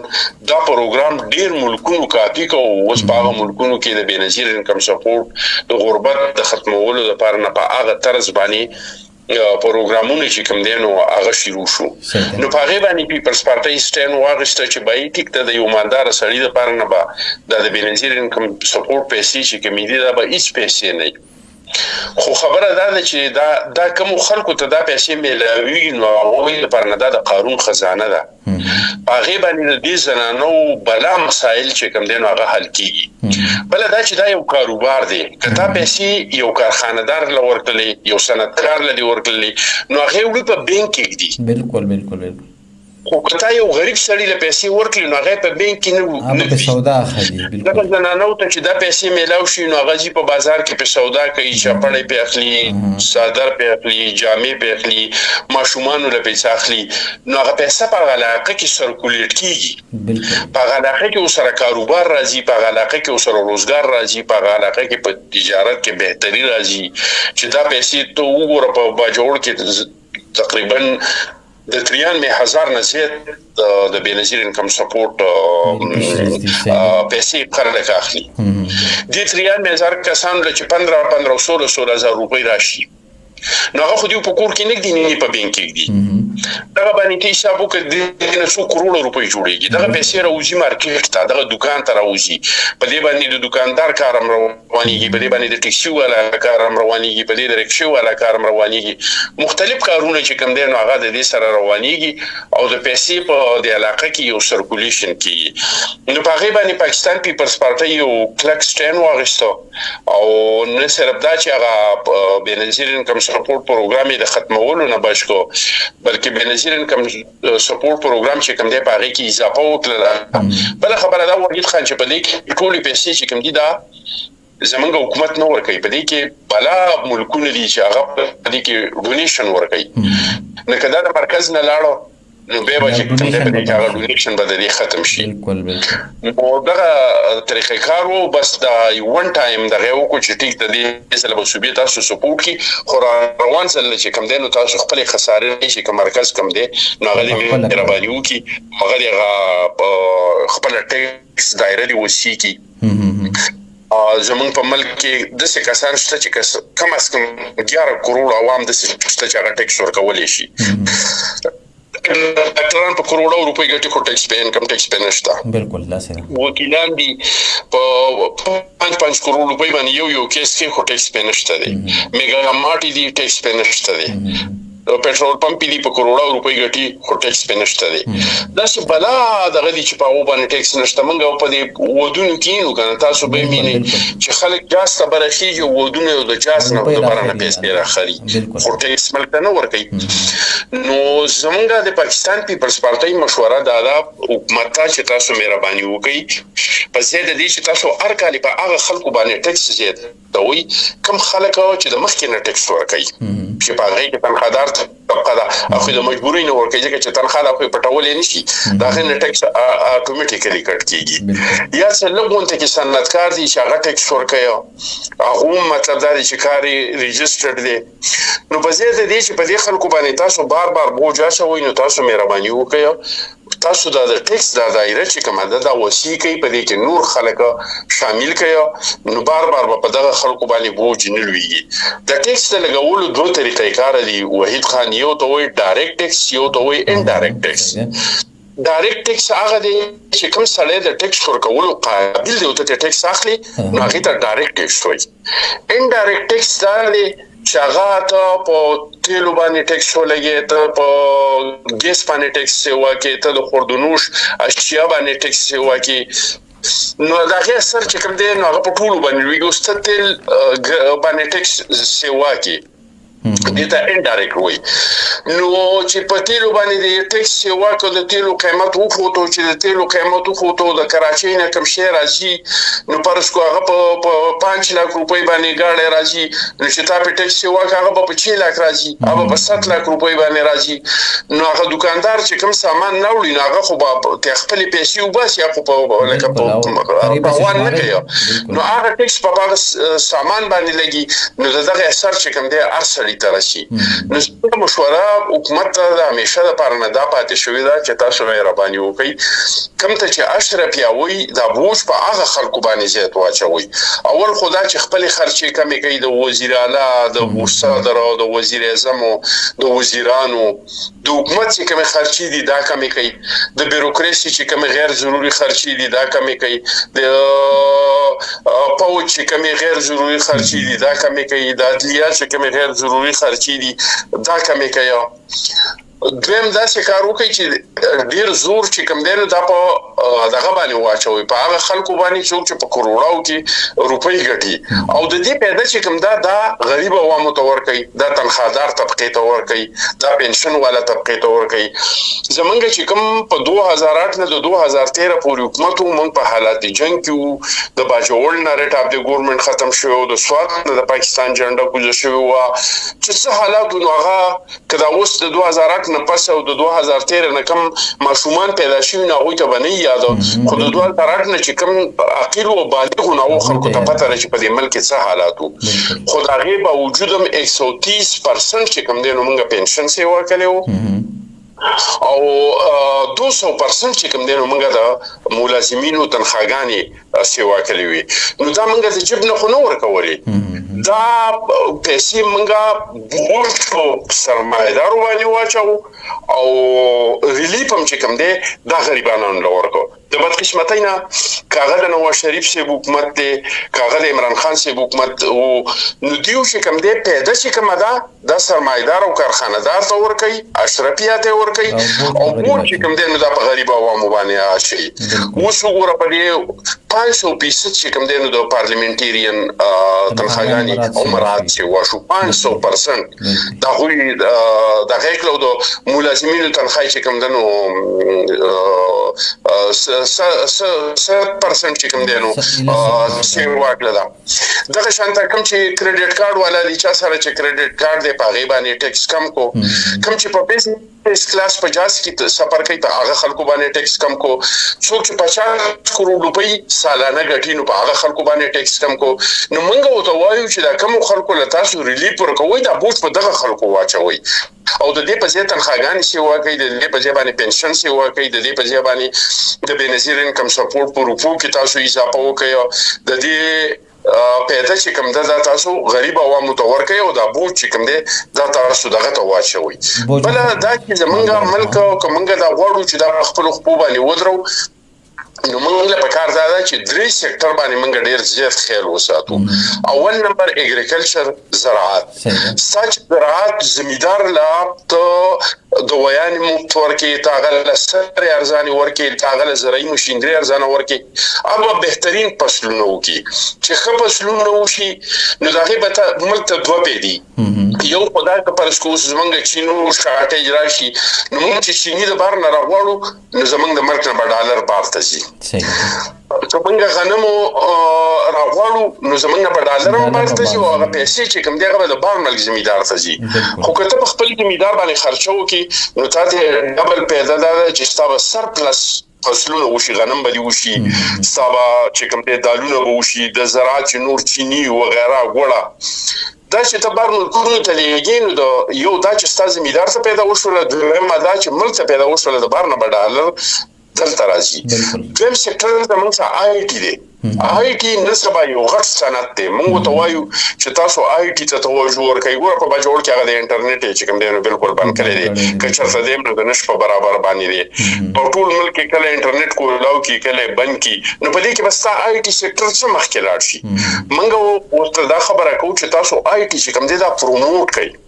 دا ډیسکریډټ کوي مو دا پروموټ کوي د دې نه به ملک ته ډېره غټه پیدا راځي. درېمو ته زموږ مشوره حکومت ته دایي چې تاسو په نوجوانانو باندې توجه ورکړئ. زموږ نوجوانانو ډېر دي په دنیا کې چې کوم دی نو سپین ږیري او زیات عمر والا خلک ډېر دي ځکه چې هغوی ډېر بچي نه راوړي په 4 کسه په 5 کسه باندې یو ماشوم وي او زموږ ځوانان ډېر دي 71% چې کوم دی نو زموږ نوجوانان دي. نو موږ وایو چې دا نوجوانان دیو ته تاسو سکیل ورکړئ. ګوره زموږ نوجوانان بهر ملکونو ته ځي خو هغوی ته مسافري کوي زړی وشوي خو هغوی ته هغه پیدا نه میلاویږي کومه چې دیو ته په کار ده څونه چې سخته دیو ته یې چې هغونه پیدا ورته میلاو شي ځکه چې د یو مزدور څه تنخواهي د هغه خو هېڅ نه وي خو که د هغه په ځای باندې دا هنرمند دي نو دلته به ډېرې پیسې میلاویږي. نو یو خو دا چې تاسو خلکو حکومت خلکو له سکل ټریننګ ورکړي دا ټرین کړي او دا بار ملکونو ته ولیږي نو یو خو به خلکو ته روزګار ډېر په اسانۍ سره میلاو شي. بل دا چې هغه اوس په مزدورۍ کې هلته کال تیر کړي نو مثال په طور باندې دا چې کوم دی نو 10,000 ډالر او یا 10,000 یورو نشي ګټلی خو دا که سکل ټریننګ د دې سره ورسره وي د ده سره په لاس کې هنر ورسره وي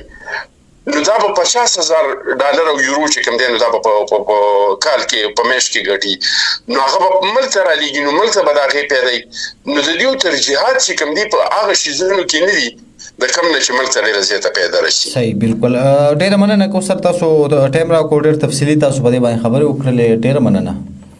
ستاسو هم یو جهان مننه ستاسو د کتونکو اورېدونکو هم یو جهان مننه. خوشحاله شئ. ګرانو خو ګورېدونکو دا سید اخندزاده چټان صاحب چې موږ ته یې پروګرام کې وخت راکړو تاسو خبرې واورېدلې او په ټول طریقه کار باندې خبرې وکړلې چې بجټ جوړیږي څنګه NFC وارډ نه روپۍ څنګه میلاویږي اوس حکومت په کم مد کې چې دی نو روپۍ کټ کول غواړي یا ترمیم کول غواړي او دا ځل ورسره کومه خبره ومنل شو ټول باندې تفصیلي خبرې وکړلې او یا کوم سیکټر کې چې دی نو که حکومت کار وکړي نو هغه ډېره معاشي لحاظ سره فایده هغې نه کیدی شي. نو ډېره مننه کوم چې راته ټایم یې راکړو فلحال دمې ته ځو چې دمې نه پس راځو بیا راسره بل میلمه به وي او هغوی سره به خبرې کوو. پروګرام لټون د شمال ریډیو خصوصي خپرونه د هرې جمعې پر ورځ ماسخوتن 10 بجې په روانو چارو رسم و رواج تاریخ پښتو ادب کلتور او نړیوال سیاست باندې خبرې اترې په سیاسي میدانونو کې څه روان دي په پاکستان کې څه شوي دا هر څه وي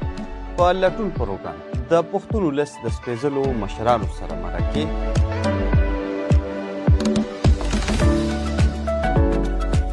د صحافیانو تجزیهکارو او پوهانو سره په مختلف موضوعاتو نیغ په نیغه سواله لټون پروګرام واورئ او د خپل پرون نن او سبا نه ځان باخبره وساتئ د پوره مینه خوشحاله مینې روربلۍ او پښتونولۍ نه ډکې معاشرې جوړولو لپاره خپل ولس بیدار کړئ. لټون پروګرام ستاسو د خوښې پروګرام د کوربه وحید خان تاجک.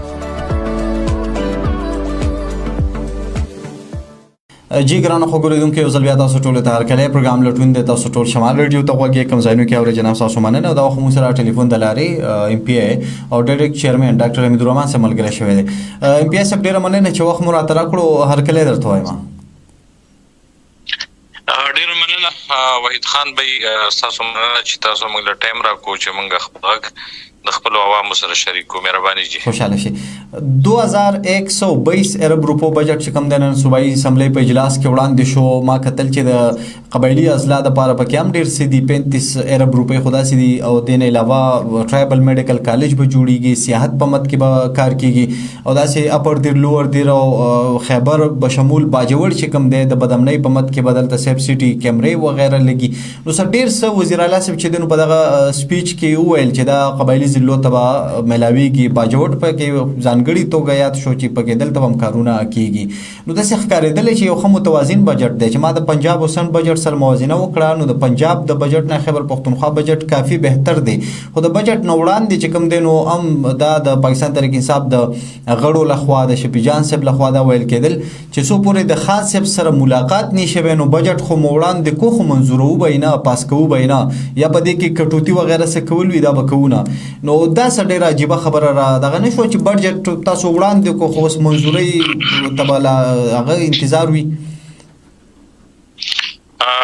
بسم الله الرحمن الرحیم تاسو مننه جی څنګه چې تاسو خبره وکړه زمونږه د بجټ د منظورېدو اول په سوال تلاړ شم چې تاسو وایي چې زمونږه صوبایي اطلاعات چې کوم زمونږه ترجمان دی د صوبې نو دا غي حواله سره داسې د چې زمونږه څونه چې پارلماني ګروپ دی زمونږ پارلماني پارټي دا غي 2 ځله میټینګ وشو په کې سی ایم صاحب ته د صوبې د دې موجوده حالاتو او درنګي چې د بجټ نه منځورېدو په وجه باندې د صوبې عوامو ته کوم نقصان رسید هغه په اړه کې ټول پارلماني پارټي په دې خبره باندې اګری و چې موږ به بجټ منظورو د خان صاحب سپورې چې د غات خبره ده نو په کې د خان صاحب ملاقات خو چون کې زمونږ د پټي د ډېر وخت نه یو آئینی او قانوني حق د خان سره ملاقات وشي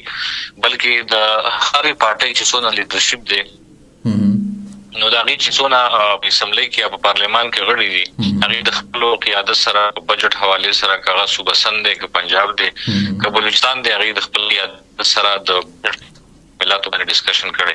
دا زمونږ یو آئینی او قانوني حق دی چې چونکه زمونږ د تحریک قائد جناب عمران خان صاحب دی نو دا سره هم چې کومه د سی ایم صاحب د وزیر اعظم سره میټینګ شو ریګارډینګ دی چې کوم اف غدي دفاعي اخراجات د دغه په مد کې پټولو صوبو باندې کټ لګول او دغه حواله سره دغه منځوري شي دا دغه اپروول ظاهر خبره شي دا چې نو غشته کی نو بجټ کو مو خامخا منځورو په دې کې خصوص دورای نشته ځکه چې د دې سره د ټولي صوبې د عوامو ژوند تړلې دي نو په دغه حواله سره نن زموږ پارلماني پارټي بیا یو ځل دا فیصله وکړه چې هغه کې موږ د ټول پارلماني پارټي ممبران نه سوچي را په دې ټایم کې بجټ منظورېدل دا ضروری دي او څو پورې چې د هغه کمټمنټ خبره ده نو هغه به سبجیکټ دی د عمران خان د ملاقات سره کوم چې د وفاق مطالبه وا 175 ارب کدا سمثینګ اماونټ چې څومره دی چې په نورو صوبو باندې هم لګیدل نو هغه به تعلق لري د هغه سره د ملاقات سره باقي په بجټ حواله سره تاسو خبر وکړه بجټ تاسو خپل باندې موګدو عوام دوست بجټ دی او درنګي په هر سېکټر کې د ډیولپمنٹ په مد کې هم کافي اماونټ خود شوه دی او درنګي چې کوم زمونږه بنیادی سېکټرز دي چې د کوم د عوام سره ډایرکټ تعلق دی لکه صحت تعلیم او درنګي زمونږ انفراستراکچر نو باغ کې خاطر ښه بجټ خود شوه دی او بیا زمونږه چونکه د قبایلی اضلاع حالات د دې چې زموږ سره وفاق چې کوم کمټمنټ شو د 100 ارب روپو سالانه هغه تاسو ته پته ده چې پاره کې زمونږ حکومت هم بار فایټ هم کوي لګیا دی خو وفاقي حکومت په کمټمنټ کې ناکام شوه دی نو بیا هم لکه زمونږ چې کوم د صوبې وسایل دي یا د صوبې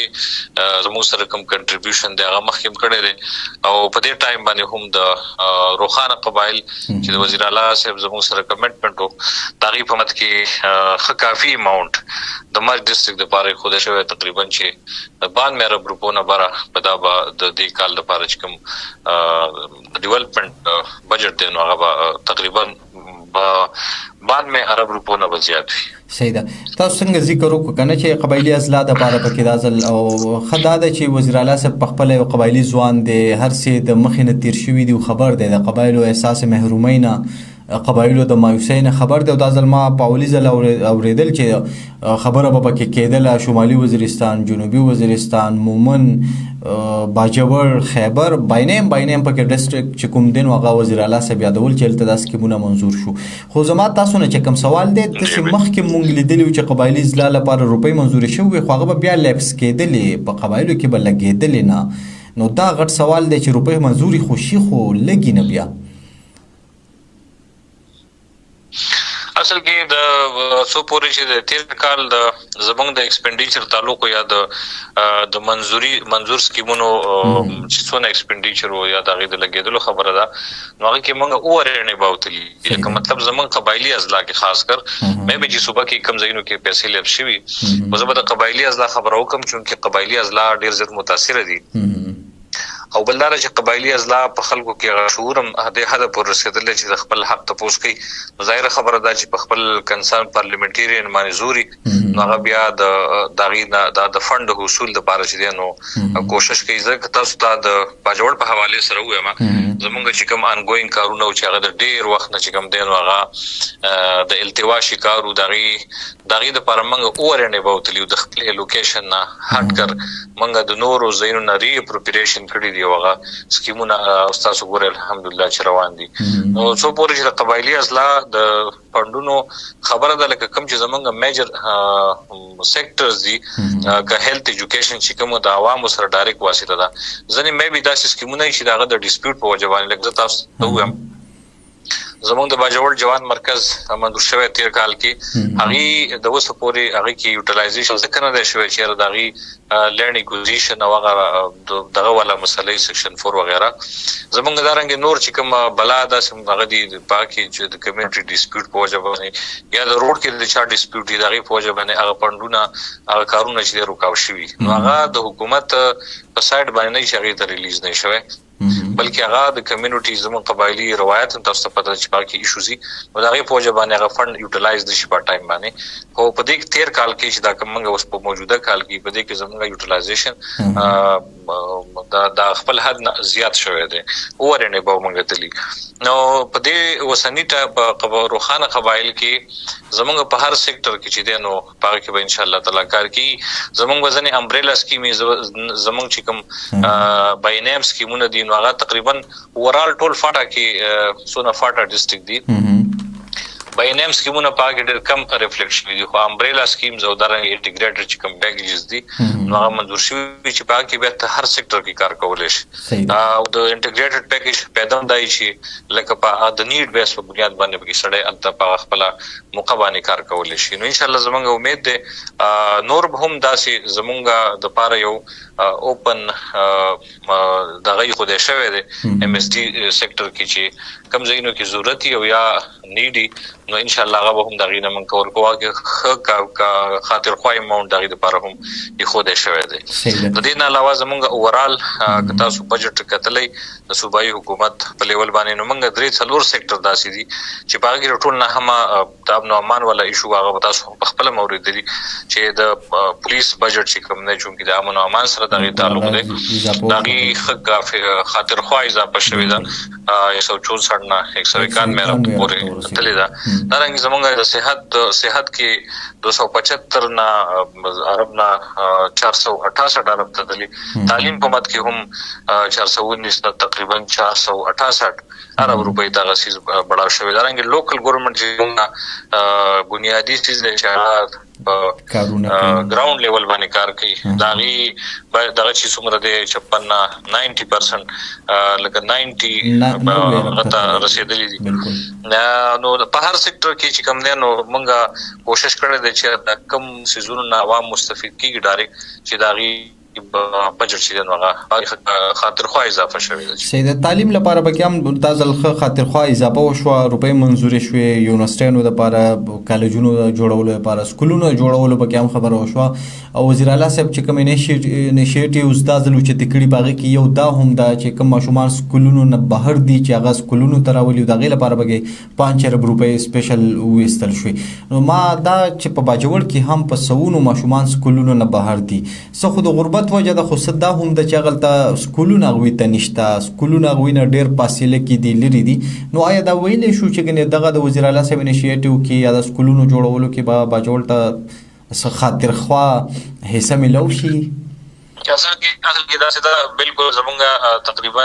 16 لک آبادي ده او د 16 لک آبادۍ که تاسو وګورئ نو پاکه مخکې د آبادۍ په تناسب سره موږ ته سکولونه دي ملاو شوي. په دې ټایم کې تاسو ته په پته یي ما مخکې ذکر کړی دی چې زمونږ په دې موجوده ټایم کې په 19 هایر سیکنډري سکول او اپګریډیشن باندې کار روان دی. او لکه د فند عدم موجودګۍ په وجه باندې یا د فند د وفاق نه چې کوم فند بندې دی حکومت کې، کیونکې دا زیاتره پیسې زمونږ انحصار چې دی نو په وفاق باندې دی، نو هغه پیسې تر اوسه پورې نه وي راغلي، په مشکله باندې ملاویږي. نو په دې اوسني پروګرام کې زمونږ چې کوم آؤٹ اف سکول چلډرن دي د هغې دپاره هم مطلب چې د قبایلي ازداد لپاره به پکې هم ظاهر خبر ده چې صوبې سره اوس په دې ټایم کې، او د هغې نه علاوه زمونږ چې اپګریډیشن اف سکولز دي مونږ اکثر په دې باندې زور لګو چې موږ ته هایر سیکنډري سکولونه اسټابلیش کړي. نو د باجوړ لپاره هایر سیکنډري سکول دا اوس چې کوم انګوینګ روان او دا کمپلیټ شي دا سفیشنت دي. زمونږ اصل کې فوکس دا ده چې نیو اسټابلیشمنت وشي او دا غي سره سره زمونږ د پرایمري نه میډل ته اپګریډ شي، د میډل نه هاي ته اپګریډ شي، نو اتوماتیکلی به زمونږ هایر سیکنډري سکول چې نو هغه ماشومان به پاکي به داخل شي. او زمونږ اصل کې د پبلک دا ډیمانډ چې ردل تاسو کالج جوړ کړئ، دلته یونیورسيټي جوړه کړئ. نو یونیورسيټي او کالج جوړېدو د لپاره خو د ګراوند نه څوک سټوډنټ راځي کنه د ډایرکټ خو څوک پاکي نشي داخله دي. نو هغه مونږه سیستماتیک طریقې سره اول فوکس دا دی چې مونږه خپل سکولونه اپګریډ کو یا نوی اسټابلیشمنت کو. نغې لپاره په اوسنی بجټ کې امبریلا سکیم زمونږه د قبایلی ازداد لپاره سپیشل سکیم دی، پاکي نیو اسټابلیشمنت اف سکولز دی، نوی سنټر دی، هیلث سنټر دی. هغه هم پکې ان شاء الله د آبادی په تناسب سره موږ کوشش کوو چې موږ ته ډیر ملاوي شي، ځکه چې آبادی زموږ ډیر ده. امبریلا سکیم دی، امبریلا سکیم کې به هغه سړی کامیاب دي چې کوم دلته ډیر زور لګي. ان شاء الله په هغه باندې موږ پویو هم او ان شاء الله سبا هم راته خمیلاوي. صحیح ده. باجوړ لپاره چې زمونږه باجوړ لپاره چې کوم دی نو مامون د لپاره مونږه خپل باندې ډیر زیات ته هله زله دا کړو چې شونکل ته ملیټنسي وال د انفراستراکچر ډیو ټو د ریسنت چې کوم دلته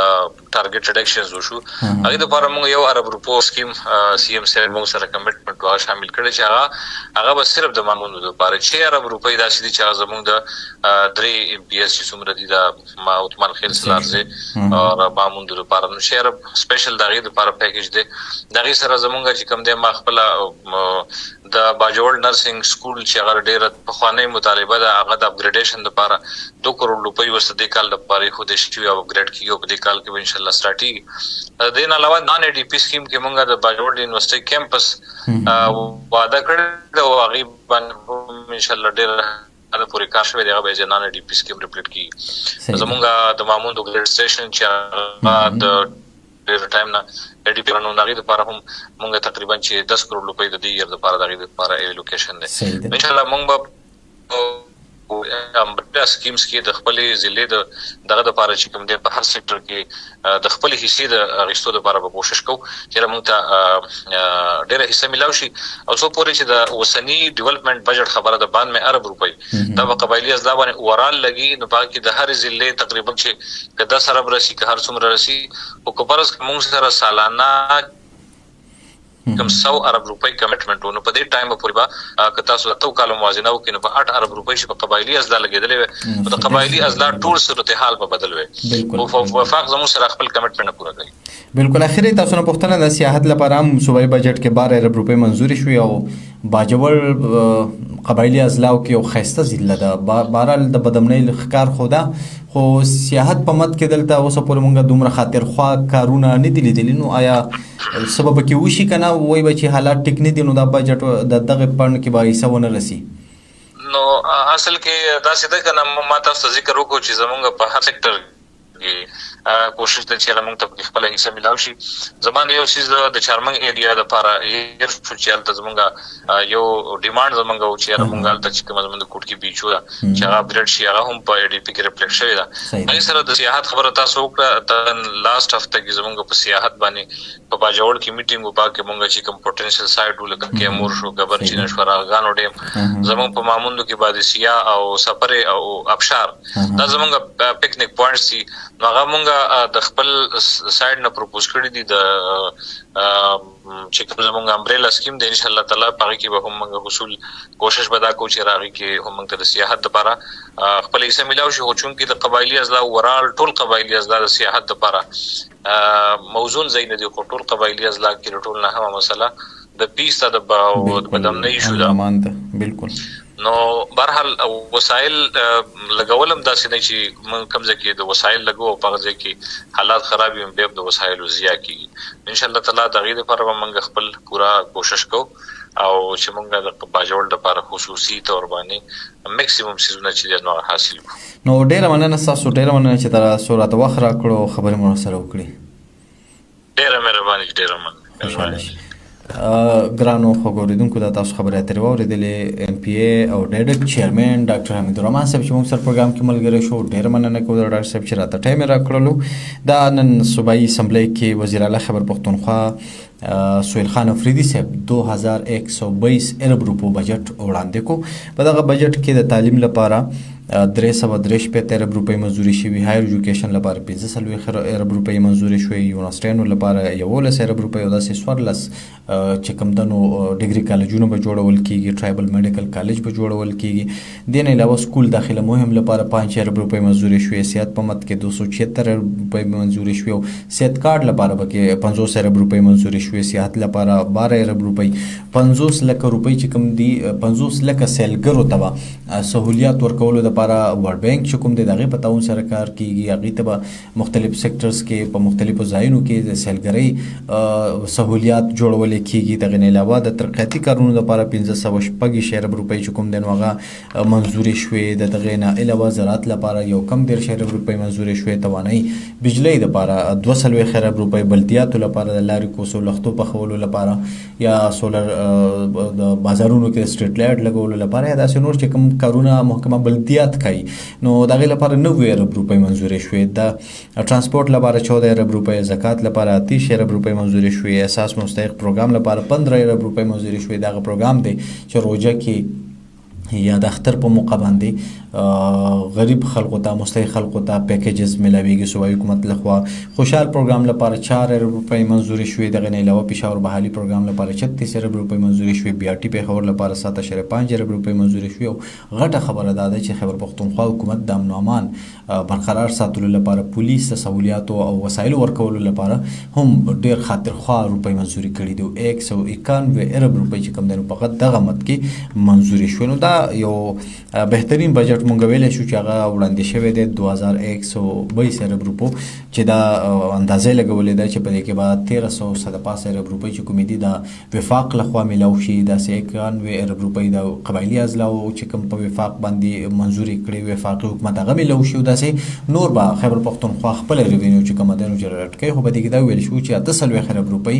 دا خساره کېده، یعنې خیبر پختونخوا چې کوم ریوینیو توقع لري چې د وفاق نه میلاو شي، ټیکسونو په مت کې به راټولی شي، نان ټیکس مت کې به راټولی شي یا به پارنیټ مت کې میلاو شي، نو دا 2122 ارب روپۍ د دې نه پوره کېږي بلکې 38 ارب روپو کمې راځي. نو بیا به پکې خامخا کټینګ کول غواړي. دغه 38 ارب روپۍ چې کمې راځي خسارې سره مخ کېږي، نو دا به خامخا مختلف سیکټرز نه څه وروسته بیا کټ کېږي. دا بجټ صوبایي اسمبلی ته وړاندې شو. وزیر اعلی خیبر پختونخوا سهیل خان افریدي صاحب په دغه بجټ په حوالې سره یو مفصل تقریر وکړو او بجټ مندرجات کې د صوبایي اسمبلی چې کوم نمایندګان دي هغوی ته وړاندې کېښوستل او اوس دا زمونږ د دې علاقو چې کوم مونږ غړي ټاکلي دي منتخب کړي مو دي نو دا به اوس په دغه باندې تقریرونه کوي، خبرې به کوي او په دې کې به خامیانې روباسي او خپل حق به غواړي. که فرض کړه کومې حلقه کې پکې کارونه نه منظور شوي نو دا اوس د دې خلکو ذمهواري شوه چې په هغه په بجټ اجلاس کې په دغه پوینټ آوټ کړي چې بهی دا نور علاقو کې دومره کارونه وشو، زما علاقه زما حلقه ولې اګنور شوې ده. نو اوس به په دغه باندې بحث روانېږي او ګورو چې چې مخکې څه کېږي. خو د یوې خبرې وضاحت ډاکټر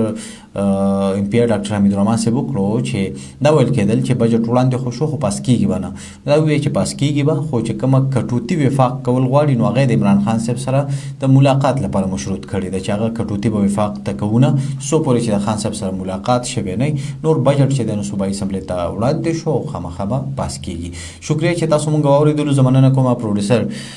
اقبال حسین او اظهار سالارزی او مننه کوم تکنیکي مرستیال اسماعیل خان او جواد احمد او زاهد سالار او ستاسو هم د ټولو مننه چې تاسو مونږ واورېدلو، برداشت مو کړلو. دا پروګرام د نن شپې لټون چې ستاسو تر غوږو شو. خپل کوربه وحید خان تاجک ته اجازت ورکړئ. ښاد آباد اوسئ، مونږ دعا کې یاد ساتئ.